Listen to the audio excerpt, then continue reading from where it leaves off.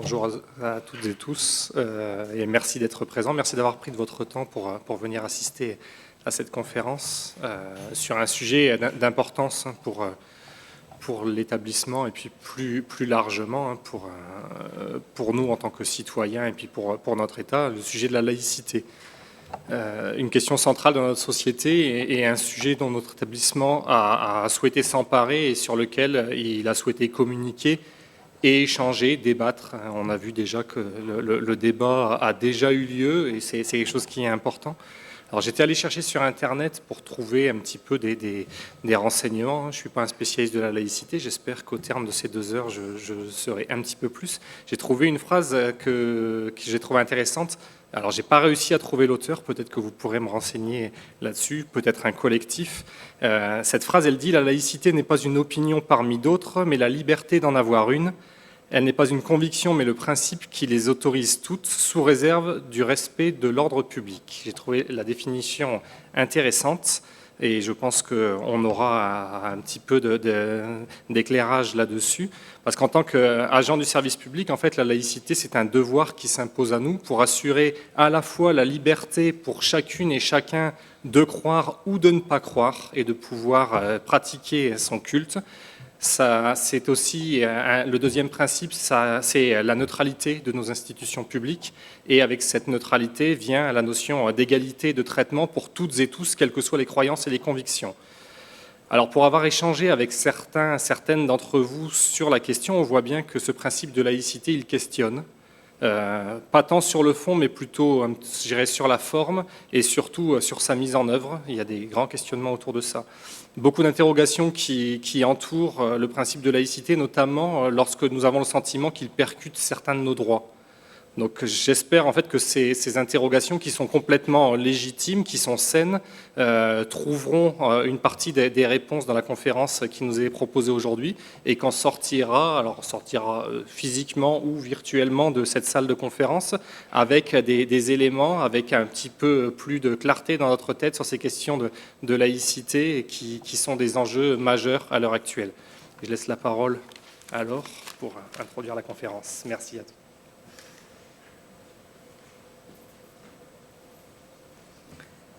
Donc effectivement, pour aborder ce sujet de la laïcité, on accueille aujourd'hui Maïdis Tétu, qui est avocate au barreau de Lyon, qui est docteur en droit public et qui a pas mal travaillé sur ce sujet de la laïcité, notamment sur la laïcité à l'hôpital. Elle a aussi participé à la rédaction d'un code sur la laïcité. Et donc, je voulais juste terminer par une citation d'Elisabeth Badinter après les attentats de 2015 qui avait dit que la laïcité était la seule qui nous permette de vivre ensemble sans que les religions s'imposent à nous. Donc, voilà, je vais vous laisser entendre la conférence sur la laïcité.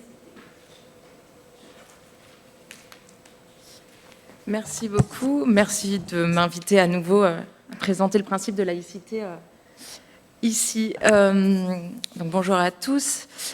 Vous l'avez dit, la laïcité, c'est un élément important pour l'agent du service public, mais aussi pour le citoyen, parce qu'on a du mal à comprendre quelle est sa définition, ce qu'elle implique ou pas. Je pense qu'il y a une chose à bien garder en tête, c'est que la laïcité, c'est un cadre juridique.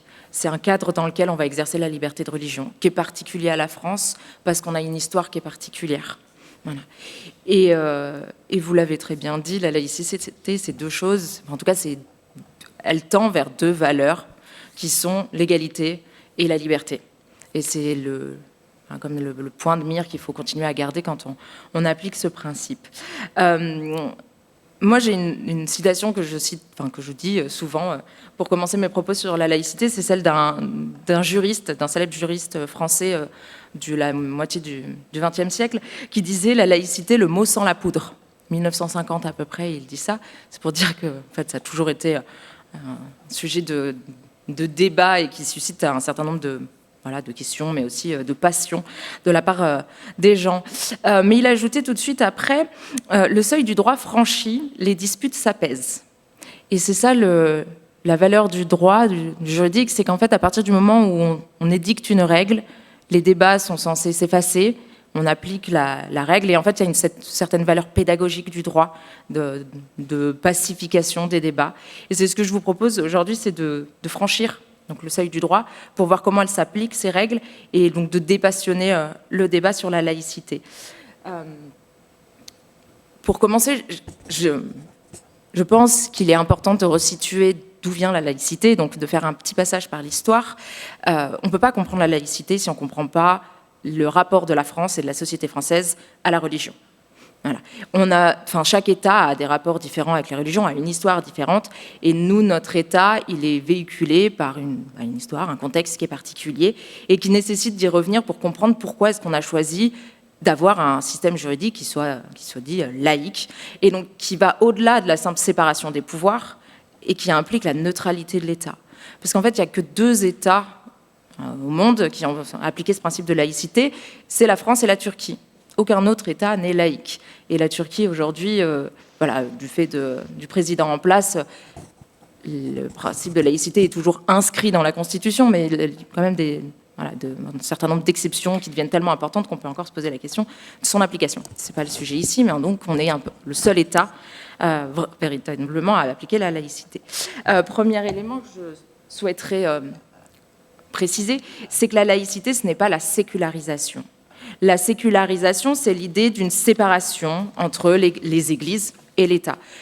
Autrement dit, d'une forme de soustraction de l'influence, du pouvoir des autorités religieuses sur les autorités de l'État. Sécularisation, on le retrouve dans la majorité des États aujourd'hui. La plupart des États, sauf les États dits religieux, sont sécularisés. Voilà, c'est le cas des États de toute l'Union européenne, toute l'Europe si on veut, hormis le Vatican, et vous n'avez que très peu d'États religieux. La laïcité, elle, va au-delà de cette sécularisation, puisque en plus d'imposer une séparation entre les églises et l'État, c'est quelqu'un qui a allumé son micro.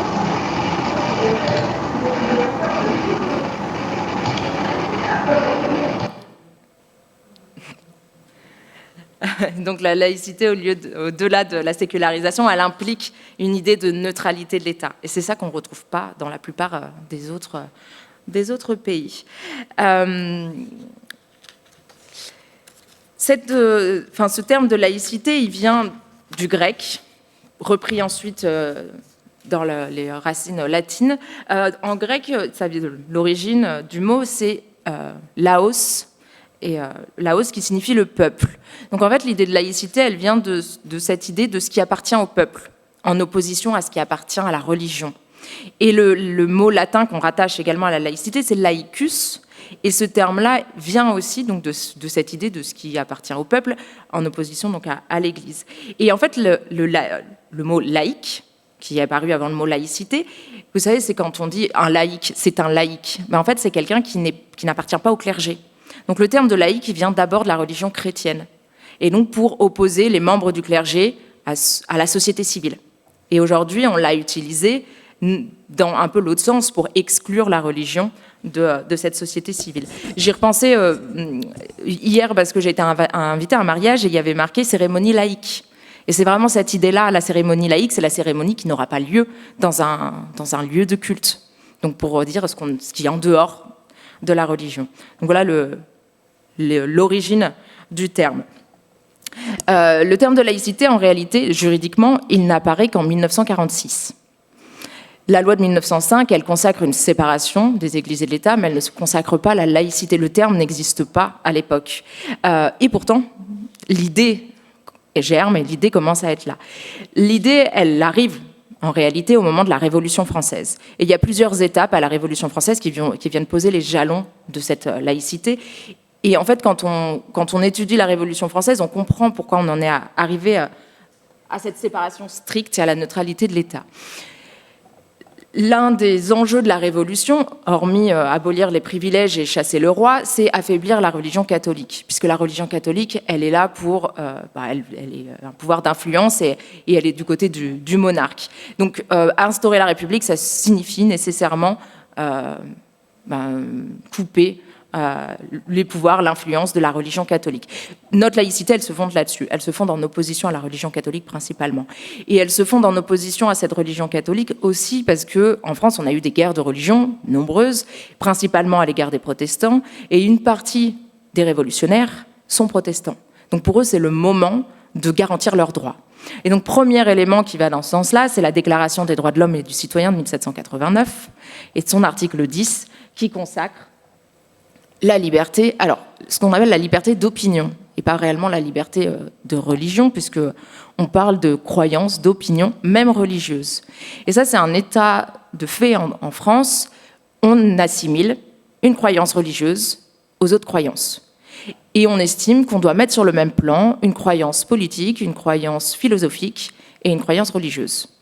Et cette conception, elle a été reprise notamment en droit européen, puisque, par exemple, la Cour européenne des droits de l'homme, donc, qui est la juridiction internationale qui contrôle le respect de la Convention européenne des droits de l'homme, dont la France a signé le traité, elle estime qu'au même titre, on doit protéger, par exemple, les croyances religieuses, peu importe la religion, hein, catholique, musulmane, juive, protestante, etc., mais également les opinions philosophiques ou politiques. Et par exemple, une opinion telle que le véganisme, elle est protégée au même titre qu'une religion. Voilà. C'est pour vous dire dans quel état, comment est-ce qu'on assimile cette idée de religion. C'est une opinion, une croyance parmi les autres, et elles méritent toutes d'être protégées. Ça, c'est sur le plan des droits. Voilà, c'est d'affirmer que chaque individu a un droit. L'affirmation des droits ne suffit pas, il faut affaiblir la religion catholique. Et donc, qu'est-ce que font les révolutionnaires ? Les révolutionnaires nationalisent les biens du clergé. On le sait, hein, comment est-ce qu'on a du pouvoir ? Par l'argent, par la propriété. Donc, pour affaiblir l'Église catholique, on lui prend ses biens. Pour faire très rapide et assez simple, mais l'efficacité est là, et on passe par là. Ce qui explique qu'aujourd'hui, toutes les églises, en tout cas celles qui étaient construites à la Révolution, et ensuite on a une autre période de nationalisation en 1905, mais toutes les églises, basiliques, etc., elles appartiennent à une personne publique. Ce qui signifie que l'entretien de ces bâtiments relève de la personne publique. Et on verra par la suite, parfois ça peut poser un certain nombre de problèmes, puisque en fait, la religion catholique n'a plus à entretenir les lieux de culte, ce qui leur donne un avantage considérable. Ils ne le voyaient pas comme ça à l'époque, mais aujourd'hui ça l'est. Au-delà de la nationalisation des biens, vous avez un décret de 1792 qui vient laïciser l'état civil. À l'époque, les naissances, mariages et les décès sont répertoriés par chacune des religions. Donc vous êtes obligé d'appartenir à une religion et c'est cette institution religieuse qui va recenser naissance, mariage et décès. La Révolution française, on décide que c'est les communes qui auront cette compétence, ce qui est toujours le cas aujourd'hui. Donc ce qui permet d'une certaine manière d'enlever cette influence de l'Église sur ces institutions que sont la naissance, surtout le mariage. Et à la Révolution française, on crée le divorce. Tant que le mariage était sous la mainmise des institutions religieuses, le divorce ne pouvait pas être pensé ni être reconnu. À partir du moment où c'est l'État qui gère l'état civil, on peut reconnaître le mariage et donc le divorce. Pardon. Voilà. Vous avez donc cette première période de la Révolution et ensuite vous en avez une seconde, celle de la Terreur. La Terreur, elle est beaucoup moins souple avec les religions, on peut faire une coupe franche et à partir de là, on a cette première loi de séparation de 1795 où là, on a une séparation nette et absolue. C'est-à-dire qu'on ne reconnaît aucune religion, mais on ne reconnaît au point où on ne leur reconnaît aucun statut. Ils ne peuvent plus avoir des biens, ils ne peuvent pas salarier des personnes, ils ne peuvent, ils n'ont pas de réalité juridique. Ce qui pose quand même un gros problème. Voilà, et tout le contexte de la Terreur fait que de toute manière le système ne marchera pas et tombera, notamment quand Napoléon prendra le pouvoir. Cette situation ne fonctionne pas bien, donc Napoléon, lorsqu'il prend le pouvoir, il remet en place des relations avec les églises, et il met en place ce qu'on appelle le concordat. Le concordat, c'est un traité, en fait, c'est un traité entre l'État et une religion. Alors ici, principalement, le régime du concordat, il désigne la relation, le traité entre l'État et le Saint-Siège, c'est-à-dire le Vatican. Mais ce concordat, il a vocation aussi à s'appliquer avec la religion juive et la religion protestante. C'est une manière alors de reconnaître 3 religions d'État, d'accord, enfin 3 religions en tout cas, et de leur accorder un certain nombre de droits. Le concordat, il est toujours applicable aujourd'hui, en Alsace-Moselle. Il est toujours applicable parce que donc il date de Napoléon. En 1870, la France fait la guerre avec la Prusse et la France perd les territoires de l'Alsace-Moselle. D'accord ? 1870. La loi de séparation des églises et de l'État, elle date de 1905. Donc évidemment, en 1905, l'Alsace-Moselle appartient à l'Allemagne. On ne peut pas lui appliquer la loi de 1905. Ces territoires ne reviennent dans le giron, enfin, en tout cas sur dans le territoire de la France, qu'à partir de 1918, après la fin de la Première Guerre mondiale. À l'époque, les tensions sont importantes. La plupart, enfin en tout cas un certain nombre d'habitants de l'Alsace-Moselle préféraient rester allemands. Et donc pour éviter de rajouter des conflits, les gouvernants décident de ne pas appliquer la loi de 1905 dans ce territoire. Et depuis, aucun nouveau gouvernant, on a eu 2 nouvelles constitutions, 1946, 1958, et à aucun moment, les constituants ou les différents gouvernants, législateurs, ne se sont même posé la question de supprimer ce régime particulier Alsace-Moselle.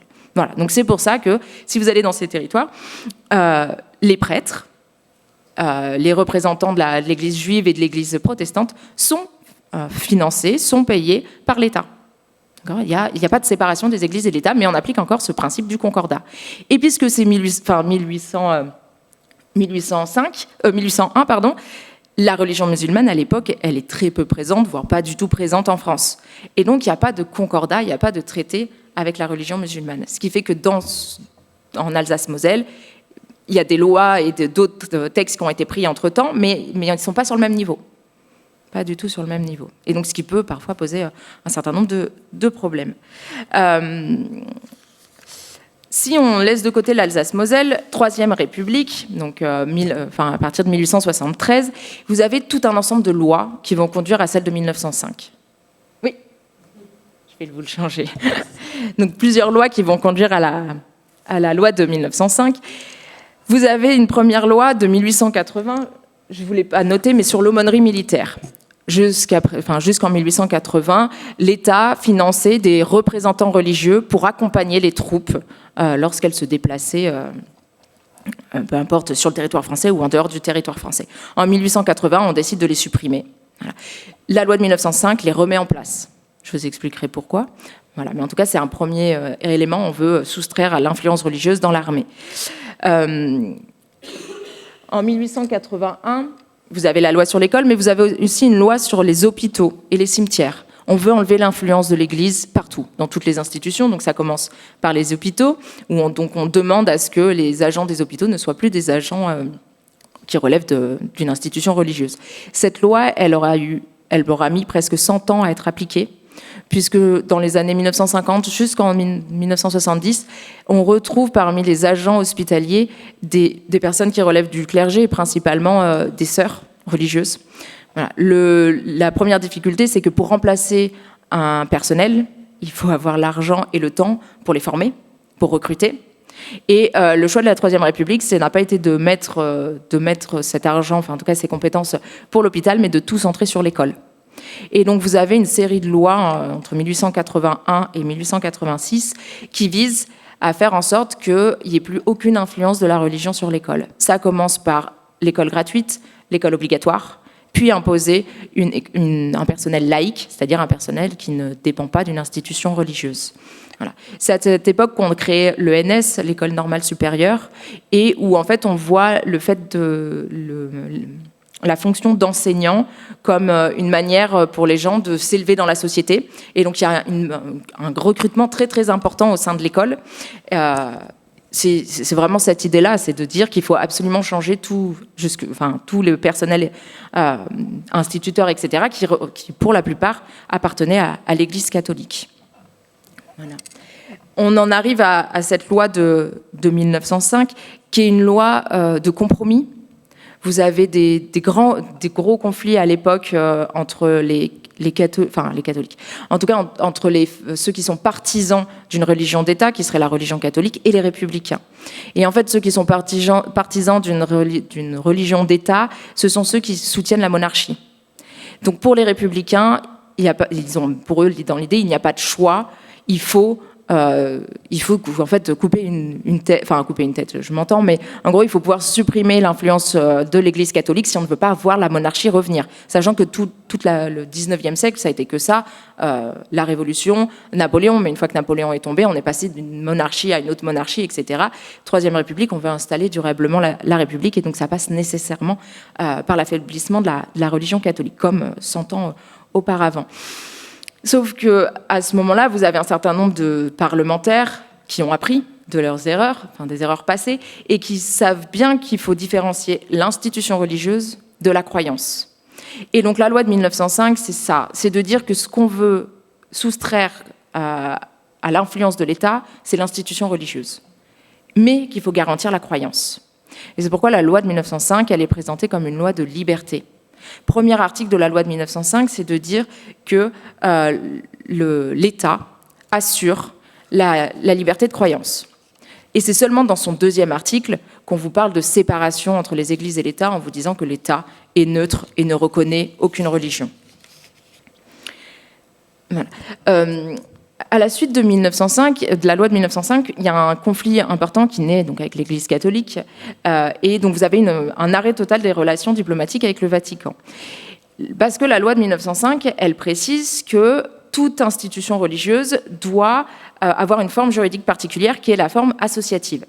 Et l'Église catholique est contre cette forme associative puisqu'elle a un fonctionnement qui est très bien organisé, qui est très hiérarchique. Et pour elle, c'est une ingérence dans son organisation que d'imposer cette forme-là. Et donc, en fait, au bout de 2 ans de débat et de diplomatie, on arrive à la loi de 1907 qui propose un statut particulier pour les cultes, ce qu'on appelle l'association cultuelle. Et donc, en fait, à la liberté de chaque institution religieuse, en fait, de se déclarer institution cultuelle et de s'organiser comme elle le souhaite à l'intérieur. Donc, en gros, une liberté assez importante d'organisation. Voilà. Mais à ce moment-là, à aucun moment on ne parle du terme de laïcité. On parle de séparation, on parle de liberté de croyance, on parle de neutralité de l'État, mais le terme laïcité n'apparaît pas. Et c'est seulement à partir de 1946 et la constitution de la 4e République que le terme apparaît enfin. Il apparaît à l'article 1er de la Constitution, mais surtout ce qu'il faut noter, c'est le préambule de 1946 qui rappelle, quant à lui, la liberté de croyance. Le contexte, 1946, on est à la sortie de la Seconde Guerre mondiale.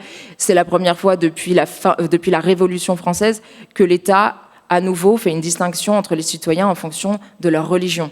Le but de la Révolution, c'était l'égalité et donc plus de distinction en fonction catholique, protestant, juif ou autre.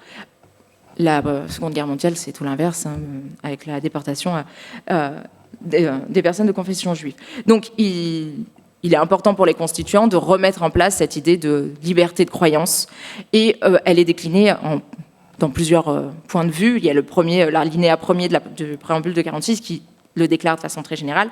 Vous avez l'alinéa 5 qui le proclame dans les relations de travail.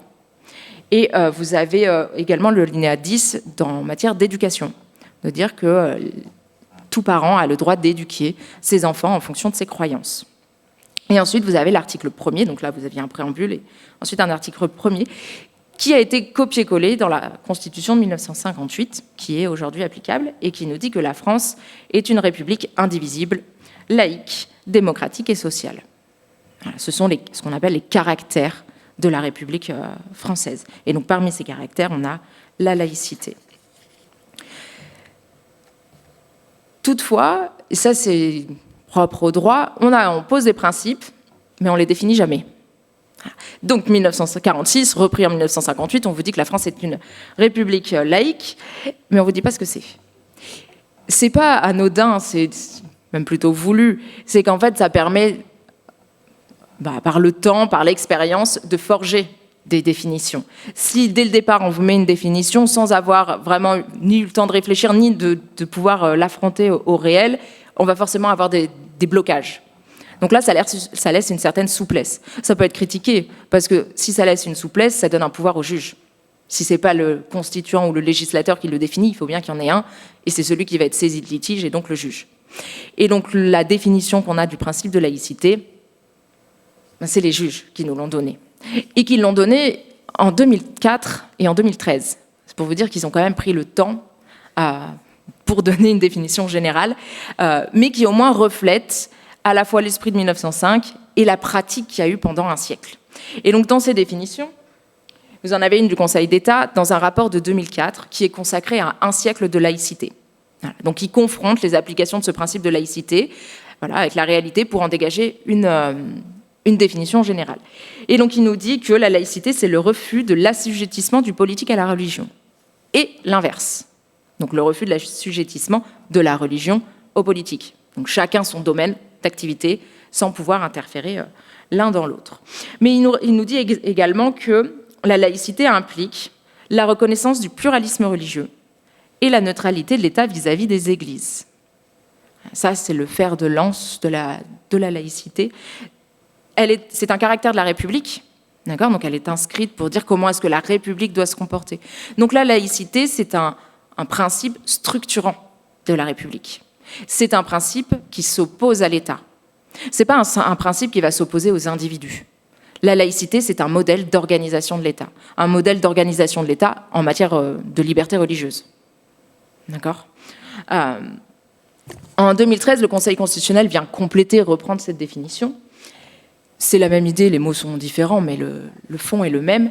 Et donc, il nous dit que la laïcité, c'est la neutralité de l'État, que la République ne reconnaît aucun culte, c'est-à-dire qu'on ne fait pas de liste des différentes religions, ce qui permet en fait permet d'avoir une définition de la religion très très large.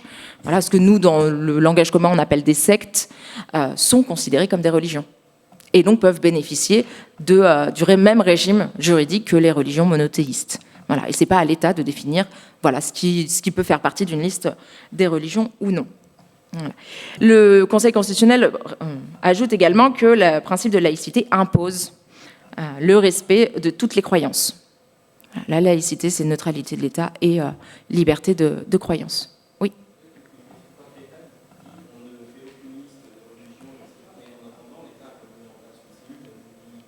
Oui, Millivud. Ouais. Et ben, donc, il liste les comportements sectaires et les institutions, associations qui participent à ces comportements sectaires.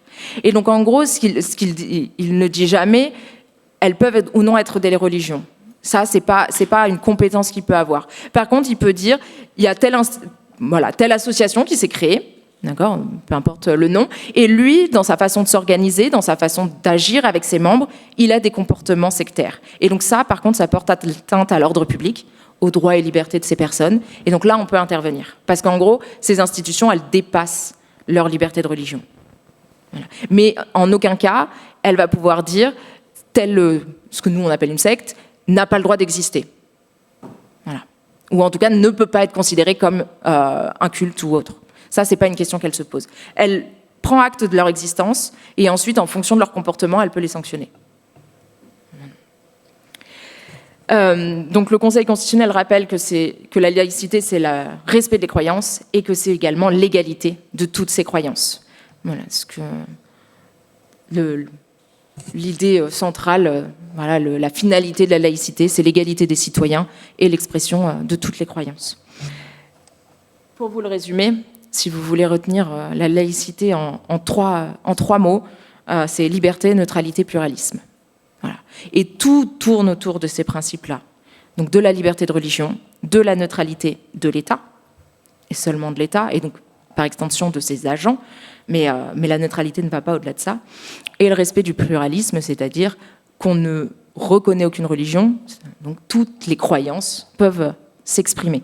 Évidemment, cette liberté n'est pas absolue, et on verra qu'elle peut s'exprimer dans certaines limites. Voilà. Je vous propose alors de ne pas rester sur le principe du pluralisme, puisque celui-ci, en fait, c'est principalement dans l'organisation des associations cultuelles que le principe se pose, sur comment est-ce qu'on peut assurer l'expression des institutions religieuses, et non pas des expressions des croyances individuelles. Donc celui-là, en soi, il intéresse peu les administrations et les agents publics. Par contre, ce qui les intéresse davantage, les agents publics, c'est la neutralité de l'État et la liberté de religion. Voilà, et de savoir quelle est la posture que doivent adopter ces agents face à ce principe de laïcité. Donc, je vous propose de commencer par la neutralité. La neutralité de l'État, donc c'est supposer que l'État ne fasse pas de différence, qu'il ait un comportement donc neutre vis-à-vis des religions. Le Conseil d'État le dit très bien, il dit que l'État ne reconnaît aucune religion. Donc l'idée qu'on ne va pas faire de liste des religions qui peuvent exister sur le territoire. Mais il rajoute que l'État ne doit méconnaître aucune religion. Ce qui signifie que l'État il ne doit pas adopter des dispositions, des réglementations qui viendraient à empêcher une religion en tout cas à des personnes de pouvoir exercer un culte. D'accord ? Donc il ne doit pas les reconnaître, mais il ne doit pas non plus les méconnaître. Donc il ne doit pas empêcher l'exercice du culte. Et enfin, il ajoute, il reconnaît le fait religieux. C'est-à-dire qu'un fait religieux, une pratique d'un culte, il est reconnu par l'État. C'est-à-dire que quand une personne, par exemple, décide d'avoir un régime alimentaire particulier au nom de sa religion, l'État doit prendre acte que pour cette personne ou ce groupe de personnes, ceci est une manifestation de sa religion. Voilà. Et il doit permettre donc l'exercice de cette expression religieuse. Oui. Pour les vacances scolaires, par exemple, toutes les fêtes religieuses catholiques sont fériées. Et je sais que ça pose problème, mais pour certains. Mais du coup, comment c'est avec le principe de laïcité ? Oui. Et ben en fait, il y a ça, c'est c'est l'adaptabilité de l'État et la tolérance qu'a l'État au fait de ne pas méconnaître les religions. Je ne sais pas si vous connaissez les autorisations spéciales d'absence, les ASA, qui permettent à un agent de prendre un jour de congé, mais pas sur ses congés normaux, pas sur ses congés ordinaires. Alors, après, ça dépend en fonction est-ce que c'est une collectivité territoriale du type de fonction publique. Mais en général, dans chacune des 3 fonctions publiques, on va le retrouver quand vous avez un décès, pour des fois des jours de mariage, des jours de déménagement. Ouais, enfant malade aussi, ça c'est une disposition spéciale. Et donc dans cette autorisation spéciale d'absence, vous avez une possibilité de demander à votre chef de service à être absent pour un motif religieux, c'est-à-dire pour des fêtes religieuses qui n'est pas dans le calendrier, donc pas les fêtes protestantes et catholiques. Et donc, par exemple pour l'Aïd, pour les fêtes bouddhistes, pour les fêtes arméniennes, pour les fêtes juives, c'est une tolérance. À partir du moment où ça ne porte pas atteinte au bon fonctionnement du service public, l'autorité administrative doit vous accorder ce jour d'absence. Voilà, ça fait partie des droits des agents du service public. Ce droit-là, par exemple, n'existe pas dans le salariat privé, sauf au bon vouloir de l'entreprise. Sauf si l'entreprise elle-même a pris dans son règlement intérieur, a prévu des autorisations, des absences spéciales pour ses agents en fonction de leur religion, ce qui est un droit pour l'entreprise, mais pas obligatoire. Par contre, dans l'administration, une autorisation spéciale d'absence doit être donnée s'il n'y a pas d'atteinte, si ça ne porte pas atteinte au bon fonctionnement du service public. Et dans ce cas, la personne a les fêtes de sa religion plus celle catholique, elle garde ses autres jours fériés. Les autres, c'est des jours fériés. Ils sont plus considérés, en tout cas par l'État français, c'est plus considéré tout à fait. Moi, la question qu'on me pose souvent, c'est dans le milieu hospitalier. Parce que c'est vrai que pour vous, les jours fériés, vous ne les travaillez jamais. Dans le monde hospitalier, la question, elle se pose beaucoup. Parce que, en fait, il y a des accords en fait, entre les agents, où les agents qui ne sont pas de confession catholique protestante vont travailler le jour de Noël, mais en échange, ils vont demander à pouvoir avoir le jour de l'Aïd. Et donc pour eux, ces autorisations spéciales d'absence, elles sont importantes, parce qu'elles leur permettent de compenser. Elles vont travailler un jour férié, mais en échange, elles auront leur jour de fonction de leur religion. Tout à fait. C'est ce qu'on appelle une tolérance administrative. Elle est reconnue. Il y a des circulaires, notamment du ministère de l'Intérieur de 2012, qui l'encadrent. Elle s'explique par la préférence, entre guillemets, contextuelle et historique qui est donnée à la religion catholique, puisque les personnes de cette confession n'ont pas à se poser la question de est-ce qu'ils pourront fêter Noël, Pâques ou autre religion. Donc c'est vu comme une manière de rééquilibrer la balance. Ceux qui, en soi, n'y gagnent rien, c'est ceux qui sont athées et qui n'ont pas de fête religieuse. Eux ne pourront pas demander à avoir un jour pour la célébration pas de grand-chose à célébrer, du coup. Voilà. Et donc ça fait partie de ces autorisations spéciales d'absence. Ça fait partie de l'obligation qu'on dit positive de l'État de ne pas méconnaître les religions. Cette obligation positive, c'est l'idée que l'État il est obligé d'intervenir pour permettre aux individus d'exercer leur liberté de culte. C'est là tout ce qui est compliqué pour l'État, puisqu'il est censé être neutre, mais sa neutralité ne doit pas amener à un blocage de l'exercice des cultes. Ce d'autant plus que vous avez une religion qui est favorisée dans les faits par rapport aux autres religions, qui est la religion catholique. Donc vous avez une double conception de cette neutralité, une neutralité négative où l'État ne doit pas agir, et une neutralité positive où là il doit agir, il doit permettre donc liberté de culte. Donc si vous voulez un exemple de neutralité positive, c'est celle des autorisations spéciales d'absence, c'est celle aussi de l'aumônerie dans les services publics qu'on dit fermés, les hôpitaux, les prisons, les casernes militaires et les internats des écoles, alors primaires, je ne suis pas sûre qu'il en reste beaucoup, mais en tout cas collège et lycée. Les usagers du service public et les militaires n'ont pas leur liberté d'aller et venir. D'accord ? Ils ne peuvent pas se déplacer comme ils veulent. L'exemple est encore plus flagrant pour les détenus. Mais en gros, ils ne peuvent pas sortir du service public et dire « je sors pour me rendre sur mon lieu de culte ». Et donc l'obligation positive de l'État, c'est, puisqu'ils ne peuvent pas sortir et aller eux-mêmes exercer leur culte, il faut que l'État leur garantisse l'exercice du culte. Et donc, quel a été le choix ? C'est de créer ce qu'on appelle des services d'aumônerie, et donc de permettre à des représentants du culte d'agir dans ces services publics. Voilà. Mais cela est possible uniquement parce que ce sont des services publics fermés. Voilà. Ici, par exemple, vous n'aurez pas d'aumônerie parce que si vous voulez exercer votre culte, vous sortez de l'établissement et vous allez exercer votre culte. Ce qui n'est pas le cas donc, pour les autres services publics. Je vous propose sur cette question de neutralité de voir comment elle s'applique en fonction des différents acteurs. Voilà. Puisque cette idée de neutralité, laïcité, elle va s'appliquer différemment à la personne morale en tant qu'institution, aux agents du service public. On va avoir la position particulière des salariés, ici du droit privé. Et enfin, on verra comment ça s'applique aux usagers du service public. Oui. Sur la diapo précédente, il y avait une partie de neutralité négative sur laquelle vous n'avez pas commenté. Vous revenez plus tard là-dessus. Alors, laquelle vous vouliez ? Parce que, typiquement, on a beaucoup de questions autour de ces... Enfin, l'un des points qui soulève des questionnements, sont les signes religieux. Ah, donc la neutralité des agents, c'est ça ? Oui, oui. Alors là, c'est unique. Oui, pardon. Oui, je reviens dessus. Oui, longuement. Bon, très bien. Oui. Non, pas de souci. Je voulais simplement auparavant parler des personnes en tant qu'institution, puisque l'institution doit être neutre et ceux qui incarnent l'institution, donc les agents, doivent être neutres également. Sur l'institution, j'y reviens dessus parce qu'en fait, si l'institution doit être neutre, les agents qui agissent au nom de cette institution doivent l'être. Et alors, on arrive à savoir qui est une personne morale de droit public, mais parfois les personnes morales de droit privé sont également soumises à ce principe de neutralité. Et c'est là où parfois l'application de la laïcité peut être un peu compliquée. Donc sur ces personnes morales de droit public et personnes privées, on a l'État, évidemment, on a les collectivités territoriales, on a les établissements publics, comme VET AgroSup, qui est un établissement public de l'enseignement supérieur, et on a les personnes morales de droit privé qui gèrent un service public. Et en fait, l'application de la laïcité, elle est guidée par ça. Dès que vous avez la gestion, l'exercice d'une mission de service public, on a l'application du principe de laïcité. C'est quelque chose qui est corrélé entre les deux.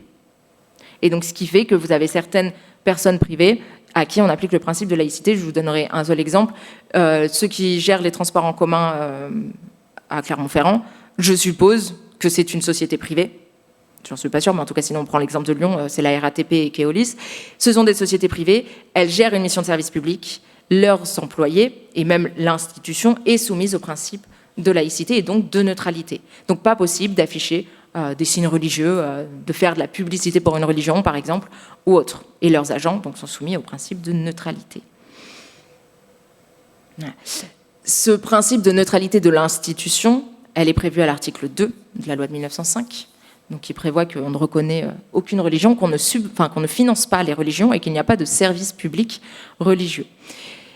Cette neutralité, elle rejaillit également dans l'article 28 de la loi de 1905, qui interdit à l'avenir, donc à partir de l'entrée en vigueur de cette loi, toute apposition de signes ou d'emblèmes religieux sur les bâtiments et dans les espaces publics. Je passe rapidement, ça c'est principalement pour la culture et la position de citoyen. Cette question-là, elle s'est posée beaucoup pour les crèches de Noël, de savoir est-ce que dans un établissement public, collectivité territoriale, voilà, une université, un hôpital ou autre, est-ce qu'on peut afficher des emblèmes religieux? Et le problème se pose quand vous avez certains emblèmes, certains signes qui peuvent avoir une double interprétation. Alors la crèche de Noël, le Conseil d'État a estimé que ça pouvait être un élément cultuel, donc qui relève du religieux, et un élément culturel. La question va se poser, la crèche de Noël, ça a quand même beaucoup de références à l'Église catholique. Pour lequel la référence religieuse a vraiment beaucoup disparu, c'est le sapin de Noël. Le sapin de Noël, c'était un emblème religieux au départ. Aujourd'hui, je ne suis même pas sûre que la plupart des gens savent que c'était un emblème religieux.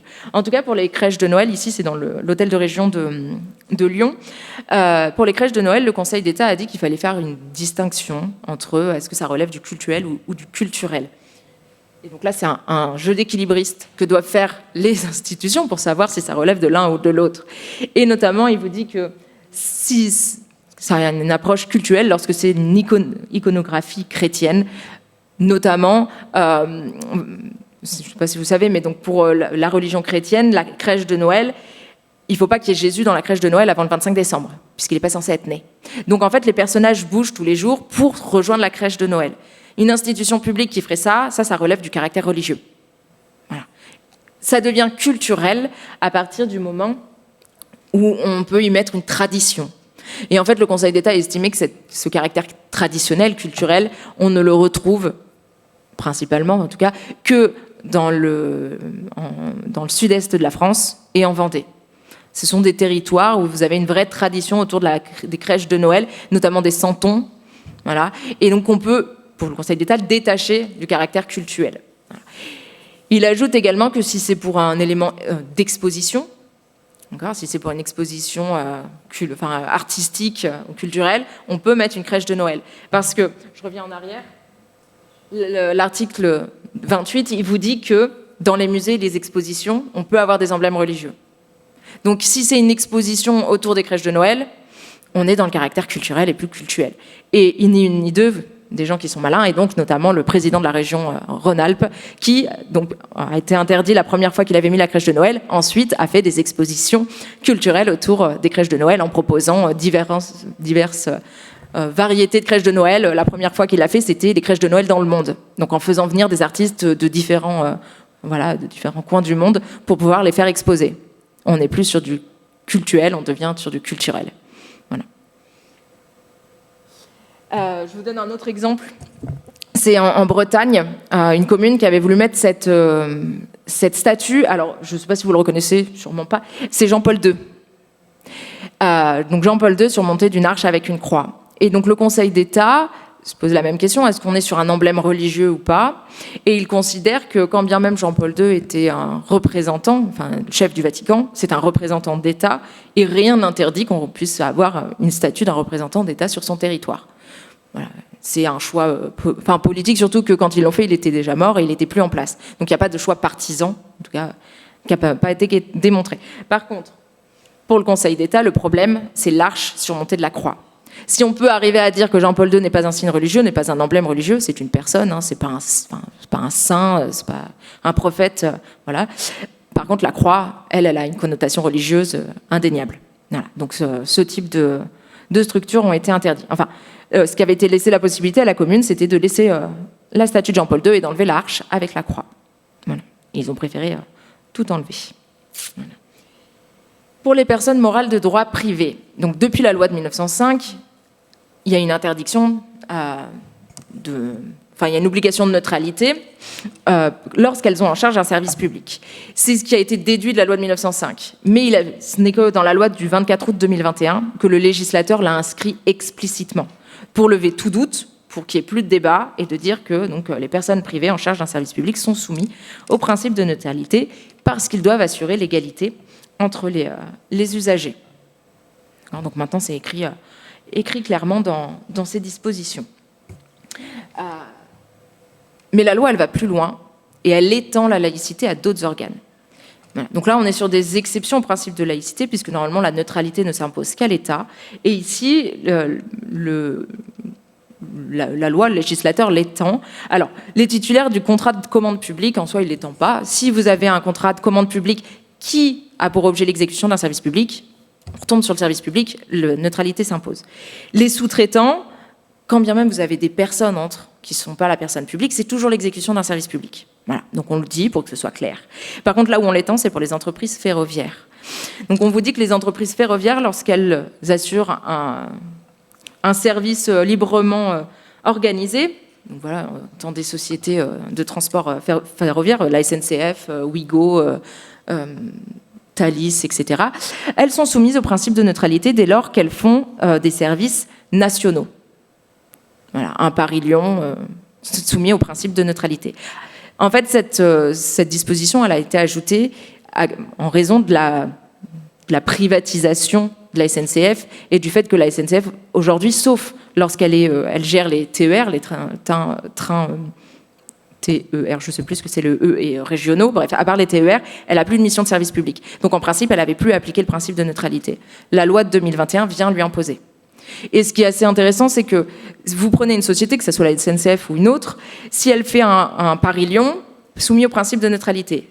Si elle fait un Turin-Lyon, elle est plus soumise au principe de neutralité. Donc en fonction du trajet qui est fait, on a le même agent, si le matin il fait un trajet, l'après-midi il fait un autre trajet, il y a un moment où il doit appliquer le principe de neutralité, il y a un autre moment où il peut porter des signes religieux s'il le souhaite. Voilà. Parce que l'État français, il peut imposer les règles qu'il veut sur son territoire, il ne peut pas les imposer sur les territoires des autres. Et donc en tout cas le choix n'a pas été fait de leur dire que tant qu'ils sont sur le territoire français, neutralité, et une fois qu'ils ont passé la frontière, ils peuvent porter un signe religieux. On n'a pas été jusque-là, donc on s'est arrêté là-dessus. Dernier point sur ces institutions, c'est les associations qui perçoivent des subventions publiques.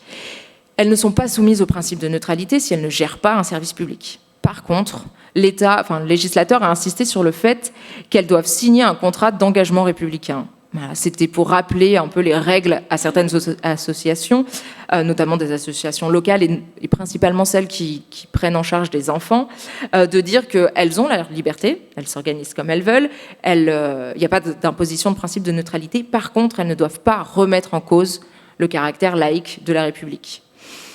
Voilà, c'est écrit.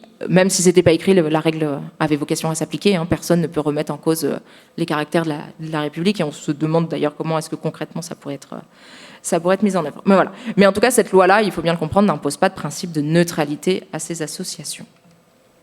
Est-ce que ça va ? Donc on passe à ce qui vous intéresse le plus, les agents du service public.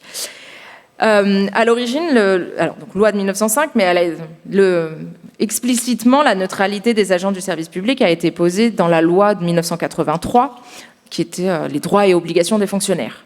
Désormais, on a un code, c'est le Code général de la fonction publique. Et donc, à l'article L121-2 de ce code, on vous dit que l'agent est soumis à un principe de neutralité. Et on vous explique pourquoi. On vous dit que c'est pour assurer la liberté de conscience et la dignité des usagers du service public. Voilà. Donc c'est le fondement désormais qu'on applique, donc le Code général de la fonction publique. Il y a quand même des questions qui se posaient. Est-ce que ça concerne tous les agents ? Et dans quelle mesure ça concerne les agents ? Enfin, dans quelle mesure est-ce qu'ils peuvent porter ou pas des signes religieux ? Et donc là, le Conseil d'État l'a précisé. Oui. Par rapport à la diapo d'avant, je me pose une question. En fait, il s'abstient notamment de manifester ses opinions religieuses. Alors, ok, pas de foulard, pas de grosse croix, etc.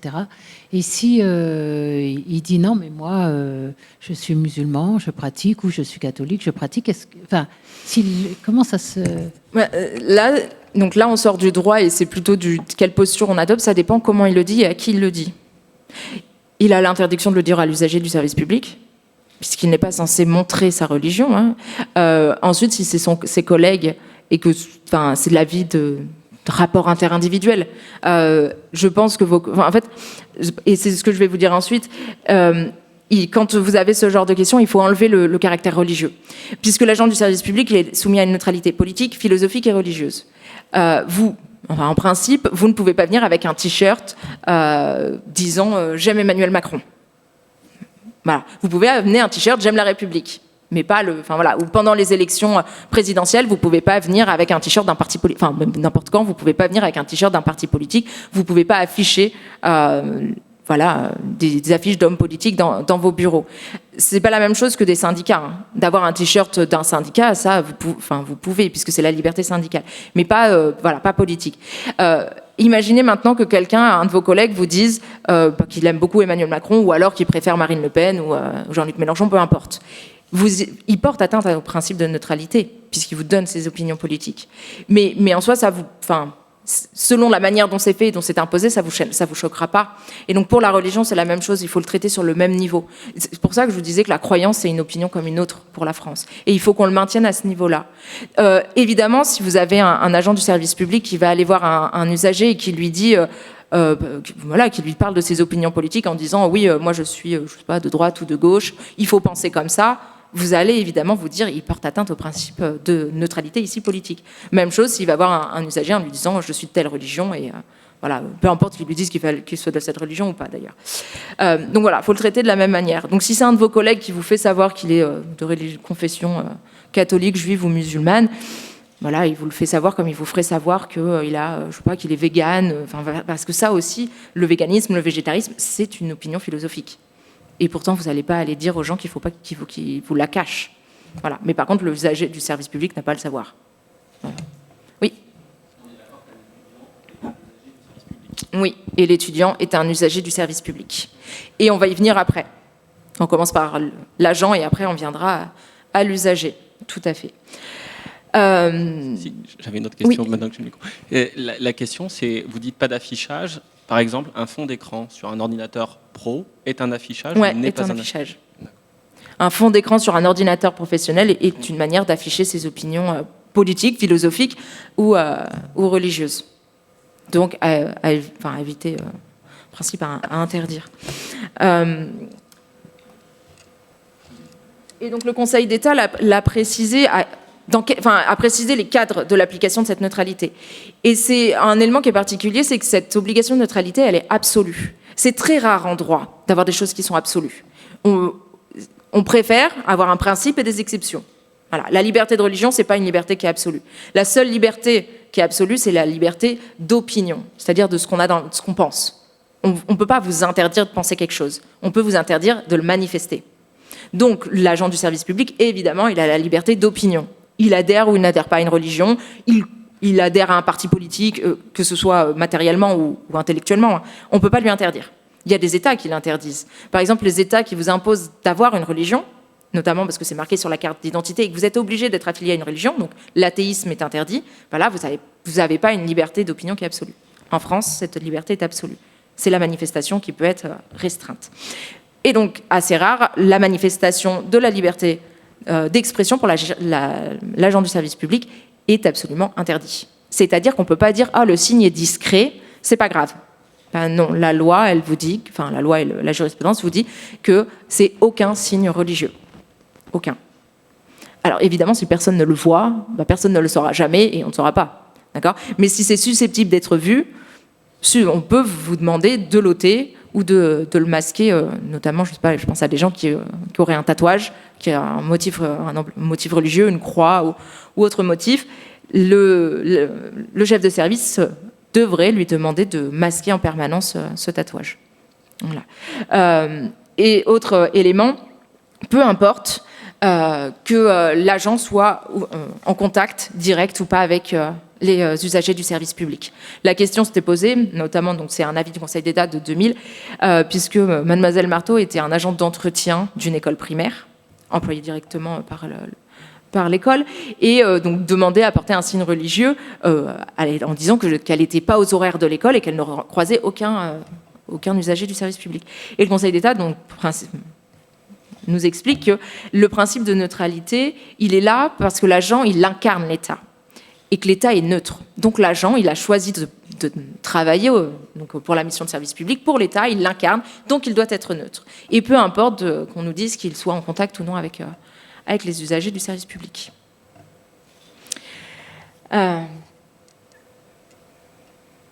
Ouais. Avant de venir au référent laïcité, deux petits points. Le Conseil d'État a été saisi de certain nombre de situations, donc sur ce qui relève ou pas d'un emblème, d'un signe religieux. Le voile est considéré comme un signe religieux, la croix est un signe religieux, la kippa en est un. Par exemple, d'autres signes comme la main de Fatma n'est pas un signe religieux, c'est un signe culturel, mais ce n'est pas un signe religieux. Et il y a eu d'autres questions qui se sont posées, qui pouvaient être plus ou moins compliquées. Le port de la barbe. Est-ce que le port de la barbe significatif peut montrer une appartenance religieuse ou non? Et le Conseil d'État a considéré que non. Parce qu'on n'allait pas commencer à faire la différence entre ceux qui portent la barbe pour des questions esthétiques, d'accord, parce que c'est la mode, et ceux qui la portent pour une question religieuse. Donc là, le Conseil d'État l'a refusé. Il y a un autre exemple, alors là, c'est pas encore monté jusqu'au Conseil d'État, donc c'est la Cour administrative de Paris, la Cour d'appel administrative, sur ce qu'on appelle la marque qui s'appelle la tabac. C'est une marque sur le front que peuvent avoir les personnes de confession musulmane qui, en faisant la prière, frottent leur front contre le sol. Voilà. Et donc, à force de frotter le front, ça peut faire une marque à cet endroit-là. Et là, le Conseil, enfin la Cour administrative d'appel de Paris a considéré que c'était un signe qui était corporel, qui relevait de l'expression privée de religion de la personne, et qu'en fait, on ne peut pas dire que c'est une marque d'appartenance visible à la religion. Voilà, parce que là, on commence à toucher au corps, et on ne peut pas dire aux personnes de changer leur corps, enfin, on pourrait leur dire de changer leur pratique, mais la pratique, elle se fait dans le mode privé, donc on peut pas imposer, en tout cas, enfin, on ne peut pas considérer que c'est une atteinte au principe de laïcité. Voilà. La Cour européenne des droits de l'homme, donc cette juridiction européenne qui vérifie que les États soient conformes à la Convention européenne des droits de l'homme, a été saisie de cette question de la laïcité, puisque vous n'avez que 2 États qui l'appliquent, la Turquie et la France. Et donc on lui a posé la question de savoir si cette obligation absolue de neutralité des agents du service public était conforme à la liberté de religion, qui est consacrée à l'article 9 de la Convention. Et en fait, la Cour européenne des droits de l'homme, elle a toujours la même manière de fonctionner. Premièrement, elle se demande si la pratique, le signe ou peu importe, relève du champ d'application de la liberté de religion. Et donc pour ça, elle va se poser la question, est-ce que ça relève de la croyance de la personne? Voilà. Si la personne exprime que c'est une croyance et qu'elle a cette pratique ou qu'elle porte ce vêtement ou ce signe parce qu'elle fait partie de tel culte ou un autre, on rentre dans le champ d'application de la liberté de religion. Ensuite, elle va regarder s'il y a une atteinte. Donc, est-ce qu'il y a une restriction à l'exercice de cette liberté? Là, si la personne, en l'espèce dans l'arrêt Ebrahimian contre France, la personne était en CDD dans un établissement hospitalier, elle portait le voile et elle avait refusé de l'ôter. À la fin de son CDD, son chef de service avait dit on ne va pas renouveler le CDD parce que ça fait plusieurs mois que vous n'êtes pas en conformité avec le principe de laïcité. Donc ici, on a bien une restriction de sa liberté de religion. Elle voulait exprimer, manifester sa religion. La conséquence, c'est on ne renouvelle pas son contrat à durée déterminée. D'accord ? Sauf que la liberté de religion, ce n'est pas une liberté qui est absolue. Donc l'État peut y porter atteinte. Mais il peut apporter atteinte dans un certain cadre. Et il y a 3 conditions. La première, il faut que ce soit prévu par une loi. Ce n'est pas arbitraire. Il ne faut pas que l'interdiction, elle sorte du chapeau de manière arbitraire. Donc il faut que ce soit prévu par une loi. À entendre, il faut que ce soit prévu par une règle juridique préalable.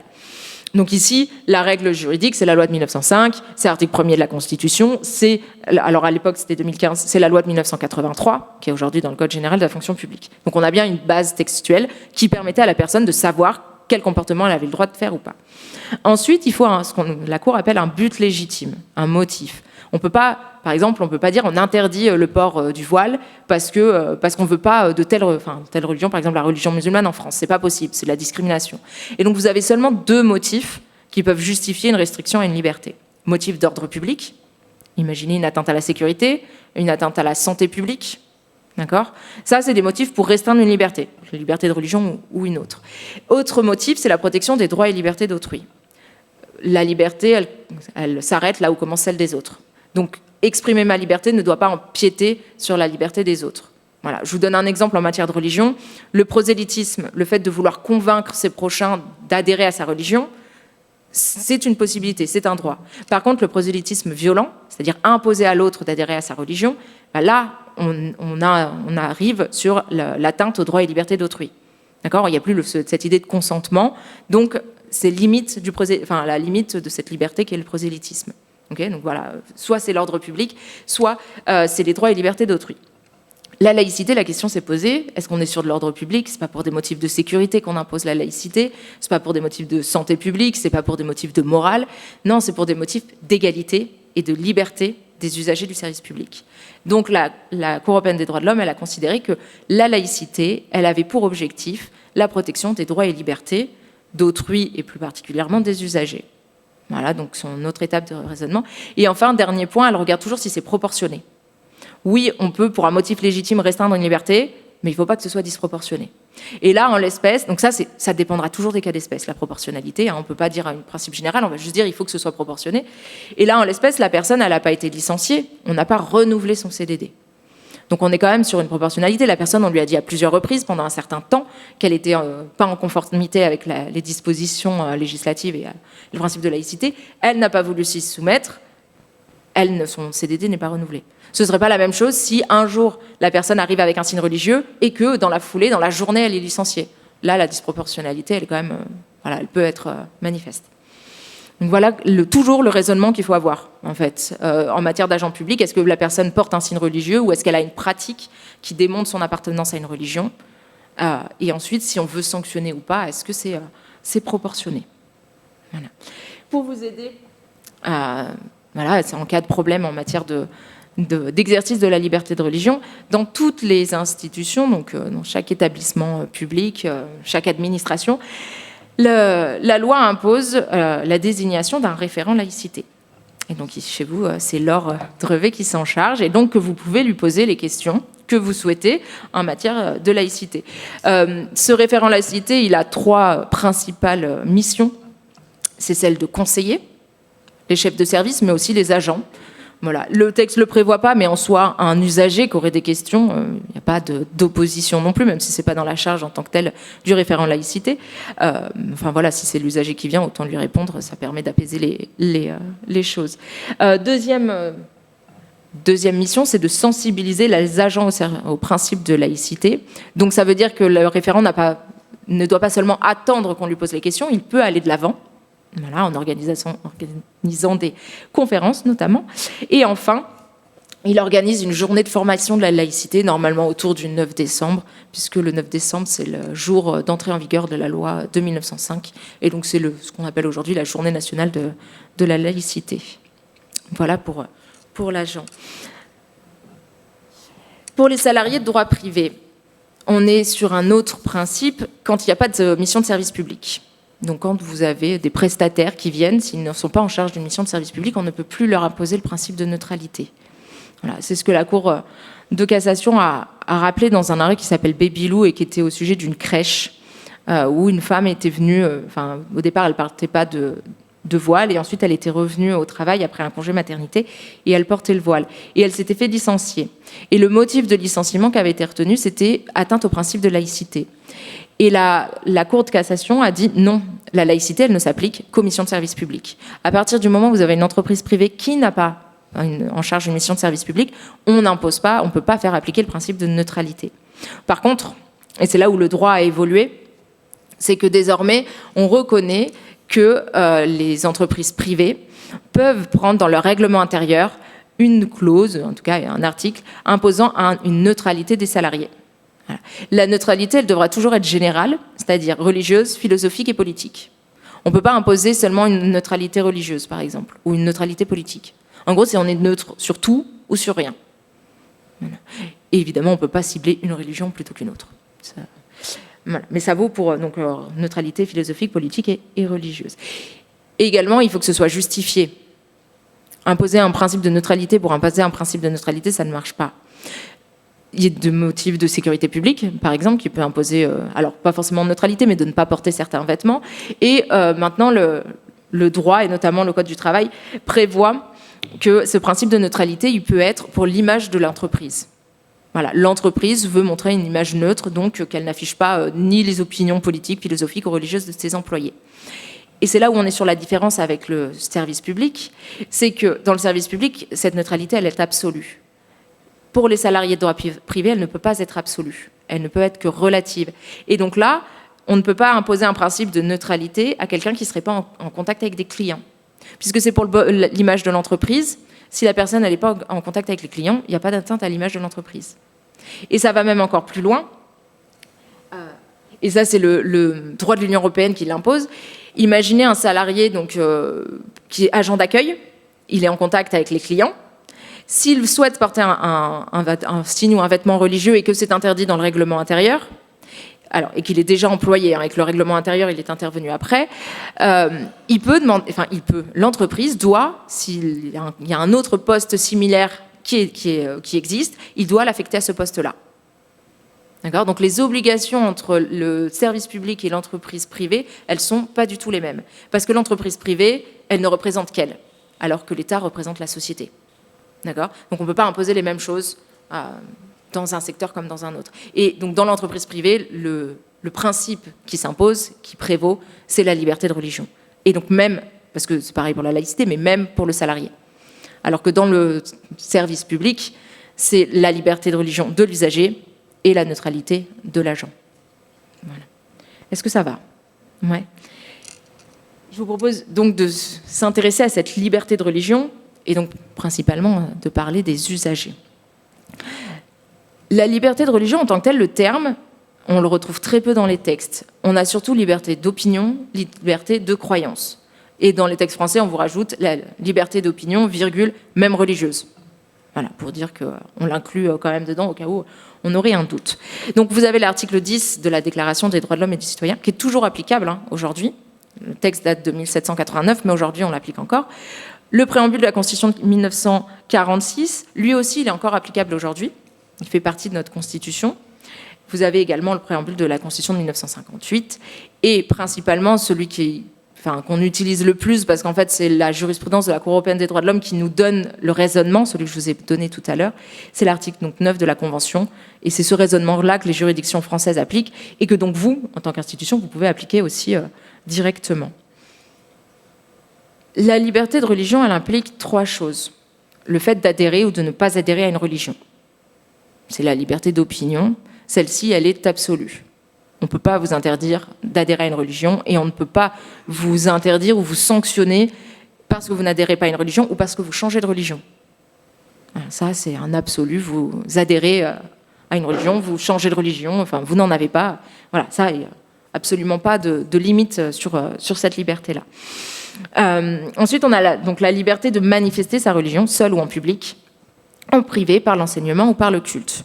Voilà, c'est la liberté de manifester sa religion qui, elle, va pouvoir être restreinte et c'est celle qui suppose le plus de difficultés et de débats. Et enfin, vous avez une dernière composante de cette liberté de religion, c'est ce qu'on appelle la liberté de culte et principalement la liberté d'organisation religieuse. Donc celle-là, elle s'applique aux institutions religieuses et c'est la possibilité pour elles de s'organiser, alors comme elles le souhaitent, mais toujours dans ces mêmes limites, ne pas porter atteinte à l'ordre public et aux droits et libertés d'autrui.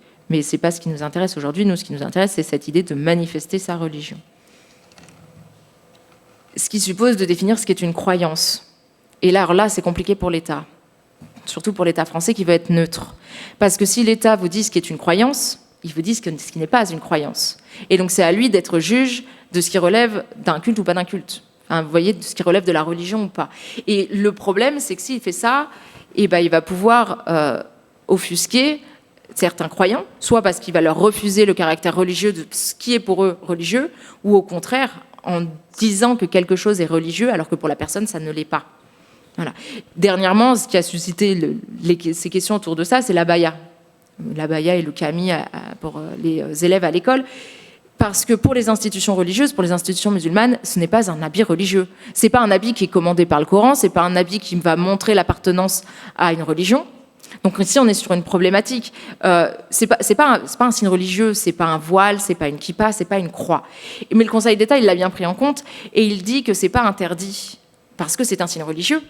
Il dit que c'est interdit au regard du comportement des élèves qui le portent. Et en fait, donc c'est pas une interdiction générale, d'accord ?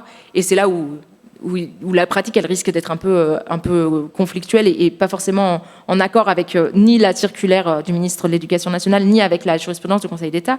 Ça peut pas être une interdiction générale de l'abaya, puisque ce n'est pas un signe religieux. Mais c'est une interdiction lorsque la personne qui le porte, que ce soit un garçon pour le kami et une fille pour l'abaya, montre dans son comportement un prosélytisme religieux et une volonté de dire qu'elle appartient à une religion, ici principalement musulmane. Alors qu'en fait, cet habit, il est porté dans les pays musulmans et les pays du Maghreb, mais pas forcément par les personnes musulmanes, porté par des personnes d'autres confessions. Mais voilà, donc c'est plutôt le comportement de la personne qui fait du fait qu'elle veut montrer un prosélytisme qui va être interdit. Voilà. Et donc c'est là où ça peut être compliqué donc, de qualifier la croyance. La Cour européenne des droits de l'homme, elle a une conception qui est assez large, et ce qu'a fait le Conseil d'État. Hein. C'est donc, on va prendre en fonction de l'individu, quel est le degré de ses convictions, est-ce qu'il y a un degré suffisant de force, de sérieux, de cohérence et d'importance. Voilà. Donc ça, c'est quand même c'est ce qu'on appelle c'est de la casuistique, c'est très concret. En fait, on regarde le comportement de la personne. Si la personne, dans son comportement, montre que c'est une appartenance religieuse, voilà, on ne va pas aller plus loin, elle le revendique, elle le montre. Voilà, à partir du moment où la personne vous dit qu'elle porte ça pour des motifs qui ne sont pas du tout religieux, voilà, en principe, on ne devrait pas reconnaître que c'est religieux. Voilà. Après, dans les faits, surtout les juridictions françaises le font différemment, notamment sur le fait pour les femmes de couvrir leurs cheveux.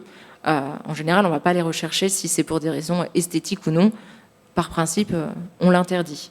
Alors que vous avez, et notamment culturel, hein, dans les pays d'Afrique où vous avez des coiffes pour masquer les cheveux qui ne sont pas du tout religieux, en fait. Et en conséquence, ici, du fait de la conception qu'on a, on interdit tout vêtement qui masquerait les cheveux, alors que pour certains, ce n'est pas du tout une appartenance à une religion.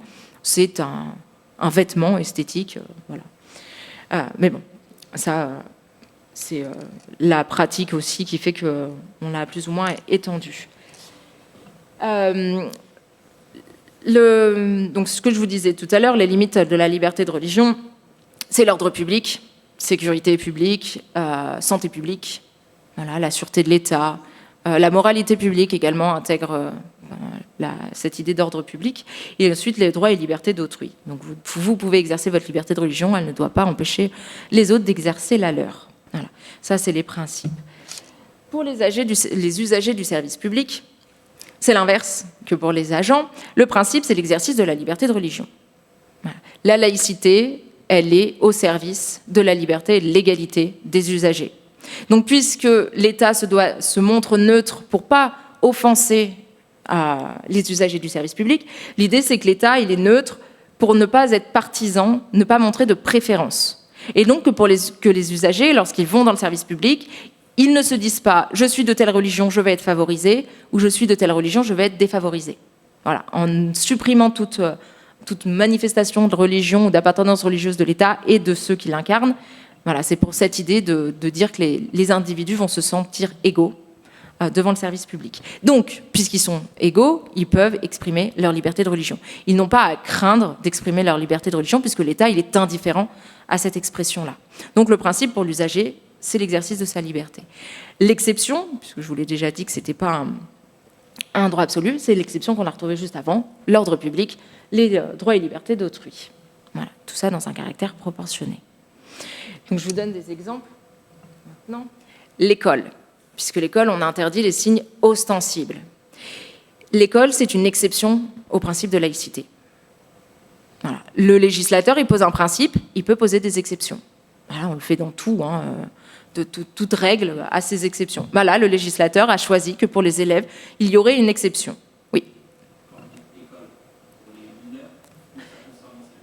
Non, c'est même pas une question d'âge, c'est une question de degré. Donc, c'est les écoles primaires, collèges et lycées. Donc, l'enseignement supérieur n'est pas concerné. Et alors, je vous dis, ce n'est pas une question d'âge dans la catégorisation juridique, mais dans les motifs, oui. Parce que l'idée, c'était en 2004, c'était de soustraire la question religieuse à l'école et donc d'empêcher les élèves de s'influencer les uns les autres par une mode en mettant certains habits. Voilà, la question de l'abaya, on retombe dessus, c'est l'influence que peuvent avoir les élèves les uns sur les autres en portant un vêtement plutôt qu'un autre. Voilà. Des influences vestimentaires, voilà, il y en a toujours eu, les jeans troués, les choses comme ça, on ne légifère pas dessus, mais sur la question de la religion, on veut la soustraire de l'école, on veut soustraire l'influence de l'école. Donc le choix a été fait en 2004 d'interdire les signes ostensibles, c'est-à-dire les signes qui se voient. Ce qui signifie qu'un signe qui ne se voit pas ou qui peut être caché peut être porté. Et donc c'est là où on fait la différence. Et ce qui peut être mal compris pour les personnes de confession, notamment juive et musulmane, c'est que une croix, on peut le cacher sous son t-shirt. Un collier, on le cache sous son t-shirt. Un voile, une kippa, un turban, pour les personnes de confession sikh. Alors il y en a peu en France, mais on a certains, eux ne peuvent pas porter leur signe religieux, puisqu'il est par essence visible. Voilà, mais c'est le choix qu'a fait le législateur, et donc vous avez toute une évolution. En fait, c'est dès 1992 où vous avez un règlement intérieur d'une école qui avait interdit le port de signes religieux. Et en fait, le Conseil d'État avait repris le principe liberté, exception. Est-ce qu'on porte atteinte aux droits et libertés d'autrui et à l'ordre public? Et c'est là où il avait dit qu'à partir du moment où il y a un prosélytisme des élèves envers d'autres élèves, on dépasse cette limite. Et donc là, on peut l'interdire. Le législateur a voulu généraliser l'interdiction. Voilà, c'est un choix politique auquel on adhère ou on n'adhère pas, mais en tout cas maintenant c'est comme ça, mais c'est issu d'un choix politique. C'est pas une application de la laïcité, c'est une exception de celle-ci qui a été décidée par la loi. La Cour européenne des droits de l'homme a validé notre conception, alors pour plusieurs motifs, en fonction des cas dans lesquels elle était saisie. Et notamment, elle avait été saisie pour les cours de sport. Elle n'a jamais été saisie de façon très générale, c'était à chaque fois dans les cours de natation ou les cours de sport, où l'application de la loi, mais en fait, elle s'applique au-delà de ça. Et donc la Cour, elle estime que oui, en fait, pour un cours de sport, avoir certaines tenues, c'est pas possible. Voilà, donc on peut l'interdire.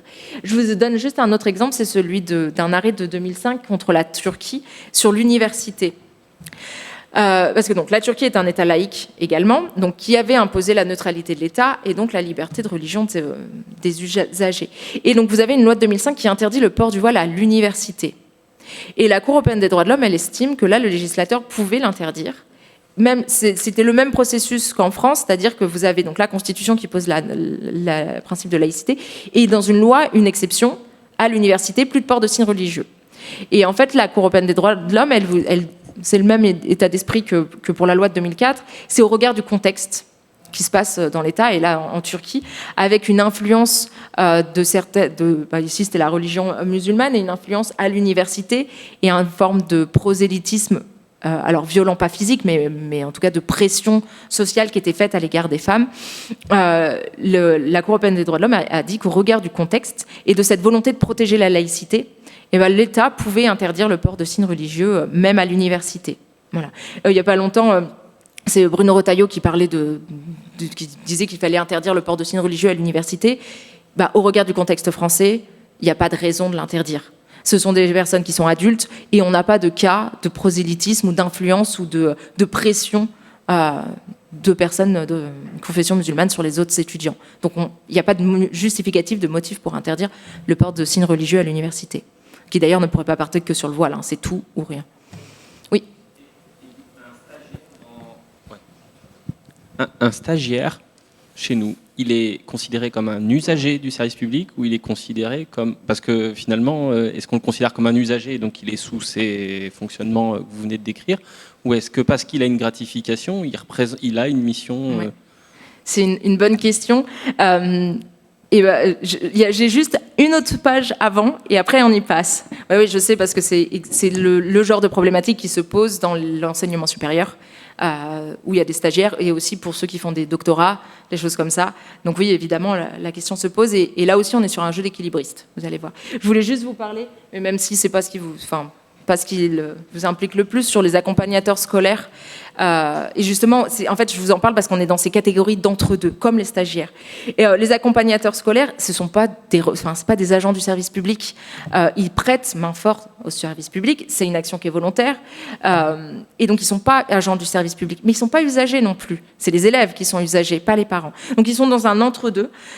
En général, on appelle ça les collaborateurs occasionnels du service public. Cette catégorie, elle avait été créée pour dire que s'il y avait par exemple, si un accompagnateur scolaire était blessé pendant qu'il accompagnait une sortie scolaire, ça permettait de lui appliquer un régime favorable pour qu'il soit indemnisé. C'était ça le principe de l'accompagnateur collaborateur occasionnel du service public. Et en fait, le Conseil d'État nous dit que ce collaborateur, c'est pas un agent du service public, il n'est pas soumis au Code général de la fonction publique, et donc il n'est pas soumis non plus au principe de neutralité, alors qu'elle soit religieuse, politique ou philosophique. Voilà. Et donc, en fait, il dit, puisqu'il n'est pas soumis au principe de neutralité, on retombe sur le principe de liberté. Et là, on va décliner la liberté dans le même sens. Est-ce que le fait, pour ce parent d'élève, de porter un signe religieux, est-ce que ça porte atteinte, notamment aux droits et libertés des enfants ? Si vous avez un parent d'élève qui a un comportement prosélyte à l'égard des enfants, bah, l'établissement scolaire peut lui interdire soit de porter son signe, soit d'accompagner les enfants. Voilà. Et ça a été même plus loin où le Conseil d'État il fait également une différence en fonction de est-ce que l'accompagnateur scolaire il est dans l'établissement ou est-ce qu'il est en dehors de l'établissement. Et donc le choix a été fait de dire que quand on est dans l'établissement, l'enfant il a du mal on ne va pas dissocier ceux qui travaillent dans l'établissement de ceux qui ne le sont pas. Et donc puisque la neutralité de l'établissement il rejaillit sur les agents et sur les parents qui seraient dans l'établissement pour accompagner une activité pédagogique. Évidemment, un parent qui vient chercher son enfant, c'est pas parce qu'il rentre dans les locaux qu'il doit enlever son signe religieux. Mais s'il accompagne une activité pédagogique dans l'enceinte de l'école, il doit enlever son signe religieux. Par contre, si c'est en dehors de l'école, vous les accompagnez, je sais pas moi, je sais pas, faire une randonnée ou peu importe, faire un pique-nique, etc. Là, il n'y a pas d'obligation, sauf si atteinte à l'ordre public ou atteinte au respect des droits et libertés d'autrui. Okay. Cette conception, elle se retrouve un peu, toujours les mêmes choses qui reviennent, pour les étudiants, alors en stage, en alternance, dans un service public. Alors l'arrêt du Conseil d'État, c'est des élèves infirmiers, mais en fait on l'applique là où on veut. Un élève infirmier donc, qui suit une formation donc, dans une école infirmière, mais qui est placé au sein d'un hôpital. Vous savez, un hôpital universitaire dans lequel il y a un institut de formation infirmier. Et c'est un élève en particulier, mais ça peut se décliner à plein d'élèves. Cet élève, donc, il est étudiant de cet institut et il fait son stage dans le même hôpital. Et donc là, le Conseil d'État, il avait été saisi à la fois par le directeur de l'institut et par le directeur de l'hôpital, parce qu'aucun des deux n'arrivait à savoir qu'est-ce qu'on appliquait comme règle ou pas. Et donc le Conseil d'État, il dit qu'en fait, ces étudiants-là, ils ont deux statuts. Quand ils viennent suivre leurs cours, ils sont usagers du service public, de l'enseignement supérieur. On est d'accord, c'est un institut d'infirmier. Et donc quand il est usager du service public, on applique la liberté. Par contre, quand il effectue son stage, là, il est au service du service public. Il est employé par le service public. Donc quand il est en stage, il doit appliquer le principe de neutralité. Et donc vous avez une personne, le lundi, elle va en cours, elle porte un signe religieux, le mardi, elle fait son stage, elle ôte son signe religieux. Mais la logique, elle est là. L'usager, il a la liberté, l'agent du service public, il a la neutralité. Ensuite, à la charge de cette personne, si elle ne veut pas ôter son signe religieux, de ne pas travailler pour le service public, puisque rien ne l'y oppose. Et donc, dans la façon dont le rédige le Conseil d'État, il est assez clair, parce qu'il vous dit que quand il est en formation, donc il a sa liberté, mais que sa liberté, elle peut être restreinte s'il atteint l'ordre public, au bon fonctionnement du service public, etc. En gros, s'il est perturbateur, on peut le sanctionner, ou en tout cas lui dire de restreindre sa liberté de religion. Lorsqu'il est en stage, donc mission de service public, il est soumis au principe de neutralité, et le Conseil d'État vous précise que s'il n'y a pas de service public, on regarde le règlement intérieur. Une clinique privée, elle peut avoir imposé un principe de neutralité. Voilà, pour éviter, par exemple, des provocations entre les agents de cette clinique et les patients. Voilà, par exemple, éviter des problèmes, elle peut avoir imposé un principe de neutralité. Donc là, il faut se référer au règlement intérieur. Ça va ? Et oui. Ça s'applique également dans le cadre d'échanges internationaux. Et donc oui, je voulais venir là-dessus, les doctorants et les cadres internationaux. En fait, la logique qu'on va devoir toujours se poser, c'est est-ce qu'il y a une relation de travail, un contrat de travail ? À partir du moment où vous avez, par exemple, des étudiants ou des échanges internationaux, s'ils viennent dans votre établissement et qu'ils ne sont qu'usagers du service public, donc ils suivent des cours, même s'ils font des travaux pratiques ou des choses comme ça, s'il n'y a pas de contrat de travail, ils ne peuvent pas être agents du service public. Donc, principe de liberté. À partir du moment où ils seront soumis à un contrat de travail, il faut regarder quelle est la nature de ce contrat. Est-ce que ce contrat de travail, il englobe toutes les activités de cet étudiant ? C'est-à-dire, est-ce que la personne, elle est rémunérée à la fois pour les activités qu'elle peut faire au nom de l'établissement, ou est-ce qu'elle est également rémunérée parce qu'elle suit des cours ? Je vous donne des exemples qui, moi, me parlent parce que c'est des choses que je connais. Les magistrats, quand ils passent le concours pour être magistrats, et ensuite, ils sont payés pendant leur formation. Donc, ils ils sont déjà en posture d'être magistrats. Ils ne sont pas en fonction, mais ils ont déjà le statut. C'est la même chose pour ceux qui se font l'INSPS ou pour les agents des collectivités de l'État quand ils passent le concours de la fonction publique, qu'ils ont un temps de formation, mais rémunéré. Mais en fait, ils sont agents, mais pas encore en fonction. Donc, dès qu'ils sont... À partir du moment où ils commencent leur formation, ils sont rémunérés, ils sont agents, donc ils sont soumis au principe de neutralité. Quand bien même, ils n'auraient aucune activité en lien avec le service public. Ils se forment, ils ne sont pas encore en exercice. Donc ici, c'est la même chose. Si vous avez donc, par exemple un échange international où la personne, elle vient se former et en même temps, elle participe aux activités... je ne sais pas ce que vous pouvez avoir comme activité, mais enfin voilà, la personne, elle travaille également, elle est rémunérée donc pour cette mission, enfin par l'établissement. Si sa rémunération, elle couvre tout, même la formation, elle est soumise au principe de laïcité et de neutralité. Par contre, si vous avez une dissociation, et donc que par exemple, elle n'est rémunérée que pour l'activité, une activité quelconque, enfin peu importe, et bien quand elle suit les cours, elle ne peut pas être soumise au principe de neutralité. Voilà. Et donc je voulais vous donner l'exemple avec les doctorants où c'est la même chose. Donc quand il est agent, quand il est agent ou pas. Je ne sais pas si ça vous arrive, mais nous, en tout cas, en sciences sociales, et notamment en droit, il y a beaucoup de doctorants qui n'ont pas de contrat doctoral. Donc, ils sont inscrits comme des étudiants. Eux ne sont pas soumis au principe de neutralité. S'ils font des vacations, donc c'est le fait d'avoir quelques cours en vacation, c'est un contrat, en général, c'est même un contrat de travail de droit privé, mais ils exécutent une mission de service public. Et donc, quand ils font leur thèse, ils sont usagers, mais quand ils vont donner leurs cours en vacation, ils sont soumis au principe de neutralité. Voilà. Et ensuite, vous avez différents statuts. Le contrat doctoral, le doctorant, il est rémunéré pour l'ensemble de sa mission de recherche et sa mission d'enseignement, puisqu'en général, le contrat doctoral, il y a une mission d'enseignement qui va avec. Donc, dans ce cas-là, il est tout le temps soumis au principe de neutralité, alors même qu'il a un statut d'étudiant et qu'il bénéficie des avantages étudiants. Mais c'est un statut un peu particulier, et surtout là, il faut se dire que c'est dans le cadre de la mission de service public qu'il effectue ses recherches et son enseignement. Et pour les contrats CIFRE, parce qu'il me semble que vous en avez ici, tout dépend avec qui on signe la convention. Parce que l'établissement d'enseignement supérieur, ce n'est pas l'employeur. Il est là pour vérifier que les conditions de ces contrats CIFRE sont respectées. Donc lui, c'est pas un tiers, mais c'est comme un observateur à ce contrat-là. Il est là c'est un garant de la bonne exécution. Donc on ne peut pas dire que quand on a un contrat CIFRE, on exerce une mission de service public, quand bien même vous avez une personne publique qui est dans le contrat. Par contre, il faut regarder qui est l'employeur.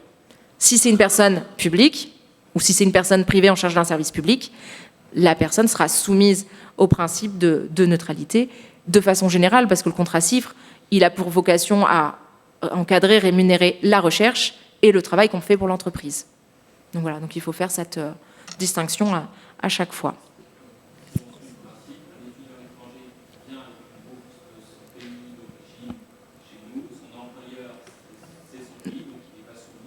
Au principe de neutralité, sauf si son état d'origine lui impose un principe de neutralité.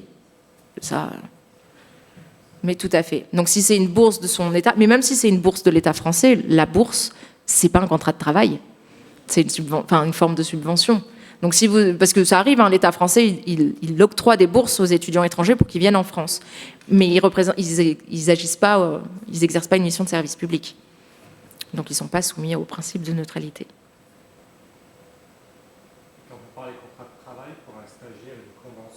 Oui, ça rentre.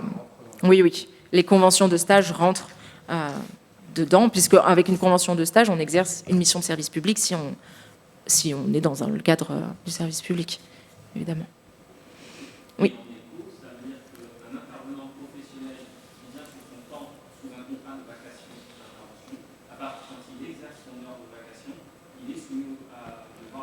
Oui. Je suppose que moi, par exemple, aujourd'hui, vous me faites venir ici. Alors, c'est pas de la vacation, c'est peu importe, mais j'ai quand même une relation avec vous. J'exerce ici une mission de service public. Donc, je suis soumise au principe de neutralité. Mais par contre, imaginez que demain, on m'invite dans une école privée, qui n'est pas en charge d'une mission de service public, mais pas, je sais pas, une école d'ingénieurs privés, qui n'est pas de lien avec l'État. Même si c'est sur le principe de laïcité, s'il y a dans leur règlement intérieur, ils n'imposent pas un principe de neutralité, je peux venir avec des signes religieux, politiques ou philosophiques.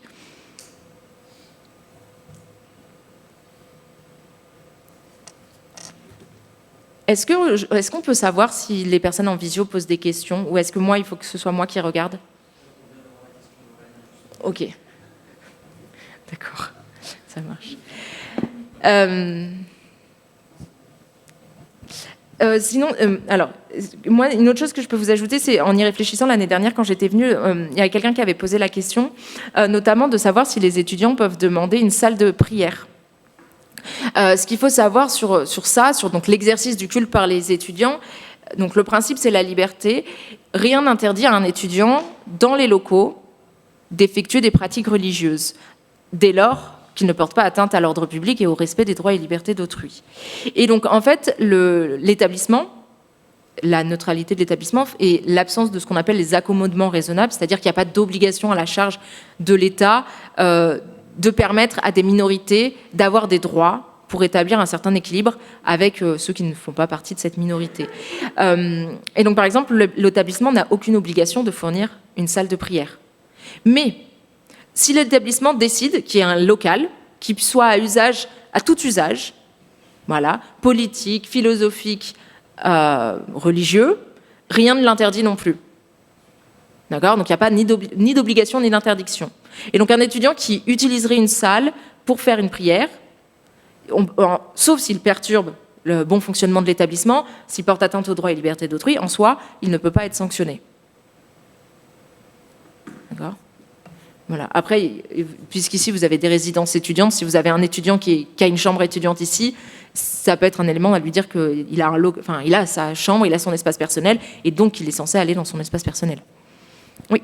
Moi, j'avais une question sur les aménagements qui sont mis en place, notamment à la cantine, pour faire des menus différents en fonction.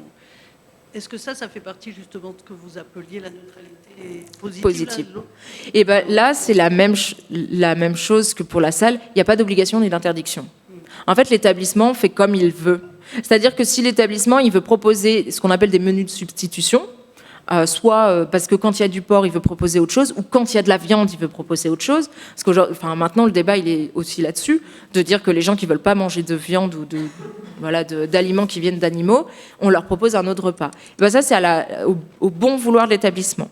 À la condition, toutefois, la limite, c'est que le juge a estimé que si vous aviez une administration, peu importe laquelle, que ce soit une école, un établissement supérieur, je sais pas, la préfecture ou autre, à partir du moment où il a mis en place ces menus de substitution, il ne peut pas les supprimer au motif du principe de laïcité.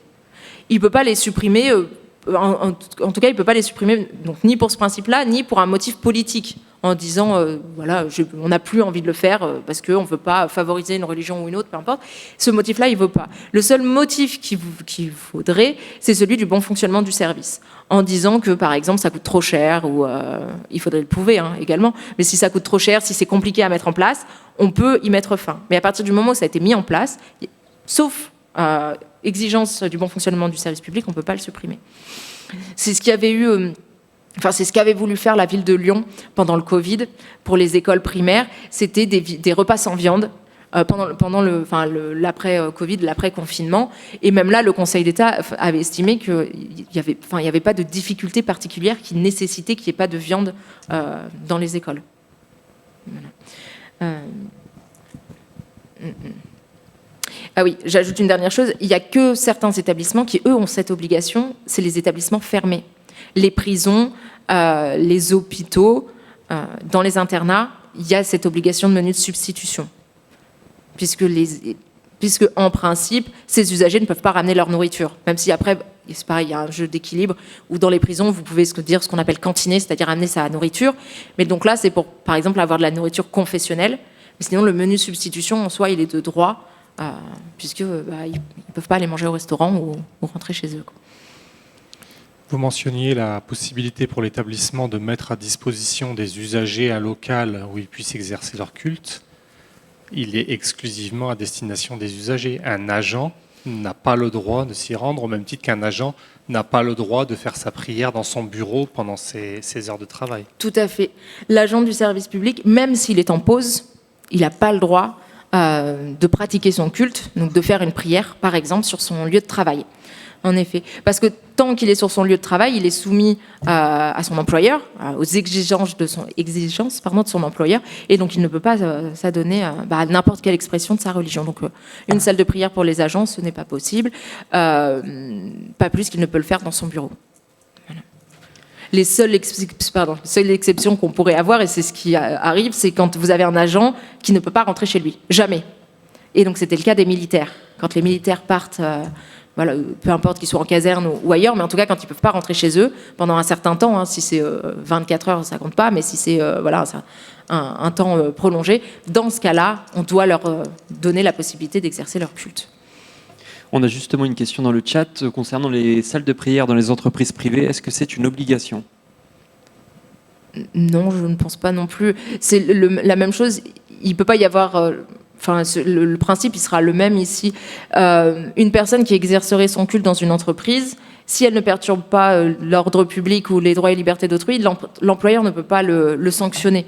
Mais l'employeur, il n'a pas non plus d'obligation de mettre à disposition un lieu de culte. De même, l'employeur, il n'a pas d'obligation de faire de menus de substitution. Et si l'employeur, un jour, fait des menus de substitution et 2 semaines après décide de l'arrêter, il est soumis, pour le coup, à aucune obligation, puisqu'il n'oblige pas ses salariés à manger sur place, ni à rester sur place ad vitam aeternam. Et c'est là où on a la différence avec d'autres États, et notamment le Canada. Le Canada, les employeurs ont l'obligation de prévoir ce genre de choses. Nous, on le refuse, on laisse la liberté à la fois aux entreprises et aux institutions aussi administratives.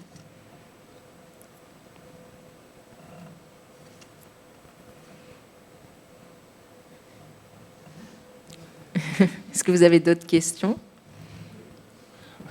C'est une réflexion comme ça, parce que là, quand je vois la diapo que vous avez là, je me dis c'est une usine à gaz, en fait. Oui. Ça devient absolument ingérable.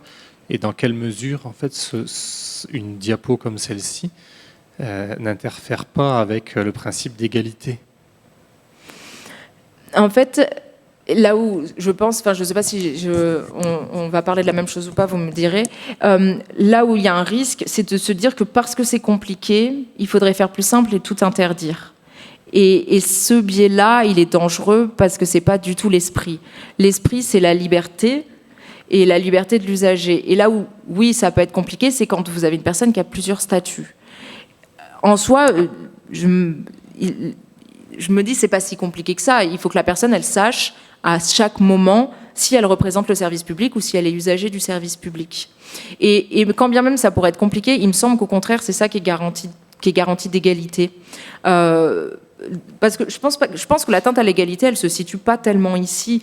Ce qu'il faut arriver à faire comprendre aux gens, c'est que l'usager, il doit voir le service public comme étant neutre pour ne se sentir ni favorisé ni défavorisé, et que pour que lui, il se sente libre d'exprimer sa confession. Mais en même temps, expliquer à cette personne que si à un moment donné, elle veut travailler pour le service public, elle incarne l'État.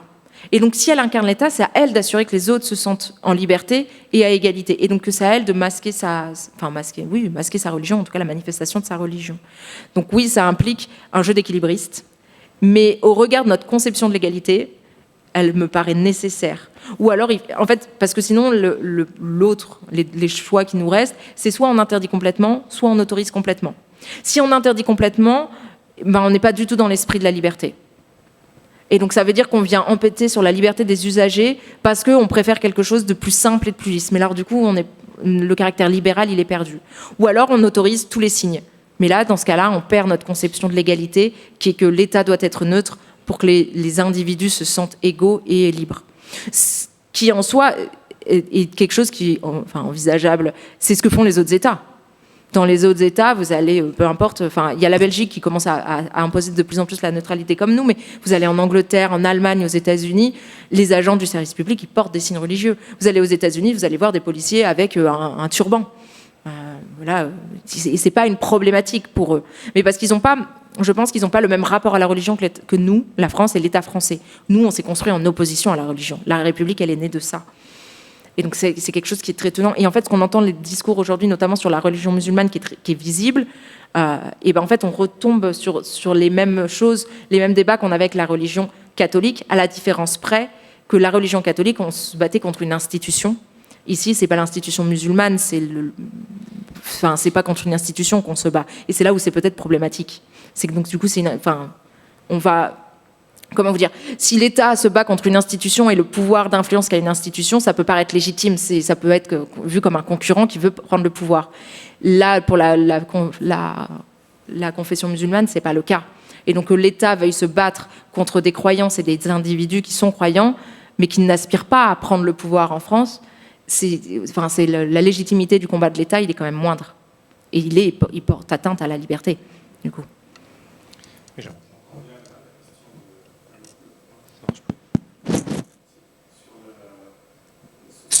La nécessité de neutralité pour assurer l'égalité de traitement des usagers du service public, ça c'est une évidence. Mais je me mets vraiment dans un contexte comme celui-ci, je me mets à la place d'un directeur de thèse qui aurait une doctorante de confession musulmane qui ait une bourse du ministère de l'enseignement supérieur et une doctorante de confession musulmane, CIFRE. À l'une, il serait obligé de dire non, tu ne portes pas le voile, à l'autre ne dirait rien. Elles se retrouveraient toutes les deux dans le même bureau avec un traitement qui est radicalement différent. Alors autant il est facile, entre guillemets, d'opposer l'agent du service public et l'usager, autant là, dans une situation comme ça, on a l'impression qu'on a affaire à deux agents du service public, ce qui, pour le coup, n'est pas le cas parce qu'il y en a un qui est issu du privé. Et c'est en ce sens que je m'interrogeais sur à quel moment ça, aux yeux de l'égalité de traitement entre les deux personnes, on ne devient pas un petit peu limite et comment ça tiendrait en fait face à un recours en justice. Face à un recours en justice, c'est simple et c'est clair. Il y en a un qui exécute une mission de service public parce qu'il est payé par son établissement, donc il est soumis au principe de neutralité, et l'autre, c'est pas le cas. Non, là, ce que vous voulez dire, c'est plutôt dans la philosophie qu'il y a derrière et dans la pédagogie. Et je pense que là où c'est peut-être plus compliqué maintenant à comprendre, c'est qu'il n'y a plus d'esprit de corps, enfin en tout cas moins qu'avant. Auparavant, entrer dans la fonction publique, vous aviez... Enfin, je pense que c'est toujours le cas. Vous avez des formations obligatoires quand vous entrez dans la fonction publique. Vous avez cette idée de vous appartenez au service public. Vous représentez l'État ou vous représentez une collectivité. Et il y a tout cette... Enfin, c'est ça, une idée de corps. Et aujourd'hui, avec le recours au contractuel, ça disparaît. Et sauf qu'en fait, le contractuel, il est aussi soumis au principe de... Alors, tous les principes qui s'appliquent à la fonction publique, en fait. Moi, je vous parle de la laïcité, mais c'est tous les principes de neutralité, principes d'égalité, les principes les principes qui sont de formation qui sont imposés aux fonctionnaires, donc ce qu'on appelle les droits et obligations des fonctionnaires. Et en fait, les droits des fonctionnaires, ils sont applicables aux droits des contractuels. Et c'est là où il y a un risque de dilution, c'est comment est-ce qu'on explique à des gens, vous êtes soumis au principe de neutralité parce que vous êtes contractuel, mais par contre, les droits des fonctionnaires, vous n'y avez pas le droit. Et en fait, je pense principalement, c'est le recours au contractuel et c'est cette dilution du corps de la fonction publique qui entraîne des difficultés. Parce qu'en soi, expliquer à des étudiants, surtout s'ils font un doctorat, qu'il y en a un qui intègre la fonction publique, l'enseignement supérieur, il y a quand même quelque chose, il y a l'idée vraiment de cette idée d'intégration, on fait partie, on fait fonctionner la machine d'État. Et donc on a des obligations et des droits particuliers. Ça se perd. Et à partir du moment où ça se perd, c'est sûr que c'est compliqué de comprendre pourquoi, parce qu'ils vont voir ça, ils vont dire on a un salaire équivalent, on a les mêmes missions, et moi j'ai pas le droit d'exprimer ma religion, alors que l'autre peut le faire. Voilà, et je pense que le problème, il vient de là, à mon sens. Et vous avez raison, ça risque de poser des problèmes, en tout cas de sentiments de discrimination entre ces personnes-là. On a une nouvelle question dans le chat. Donc, en dehors des heures de travail d'un agent, ce dernier peut-il simplement être considéré comme un usager et donc avec ses conséquences sur la liberté de neutralité ? Oui. Je vous donne un exemple. Imaginez un agent d'une commune qui travaille à l'état civil. Donc tous les jours, il reçoit les personnes qui viennent pour faire leur carte d'identité, leur passeport, etc. Quand il fait ce travail-là, il est soumis au principe de neutralité. Il n'exprime pas sa religion. Et imaginons maintenant qu'il a un jour de congé et qu'il vient demander un passeport ou qu'il vient pour se marier ou n'importe quoi, mais en tout cas, il vient à la mairie pour faire des démarches. Il est usager du service public, il peut porter un signe religieux. Il en a le droit. Donc à l'hôpital, même chose, un infirmier, quand il travaille, il ne peut pas porter un signe religieux. S'il est hospitalisé, il peut manifester sa religion et la pratiquer. Si je peux ajouter une dernière chose, c'est que quand bien même l'usager a le droit à la manifestation d'exprimer sa religion, il a sa liberté, mais il n'a pas de droit de demander des adaptations particulières. Il ne peut pas dire, par exemple, parce que moi j'ai telle religion, je vais demander à ce qu'on adapte le fonctionnement du service public pour moi. Ça ne fonctionne pas.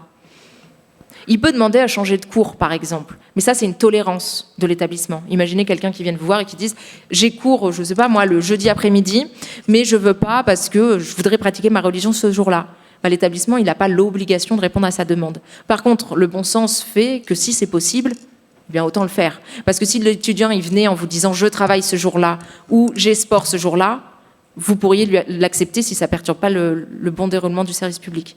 Donc voilà, donc dans ce genre de demande à caractère religieux, il ne faut pas le traiter comme une demande à caractère religieux, il faut le traiter comme une demande. Comment est-ce que vous réagissez quand une personne elle vient avec une demande de travail, de sport, ou je ne sais pas ce qu'il peut y avoir d'autre comme demande. Voilà, et il faut le traiter de la même manière. Donc si c'est non parce que c'est un cours qui est obligatoire et qui ne peut pas être à une autre heure, que ce soit pour un motif religieux ou autre, ça sera toujours non.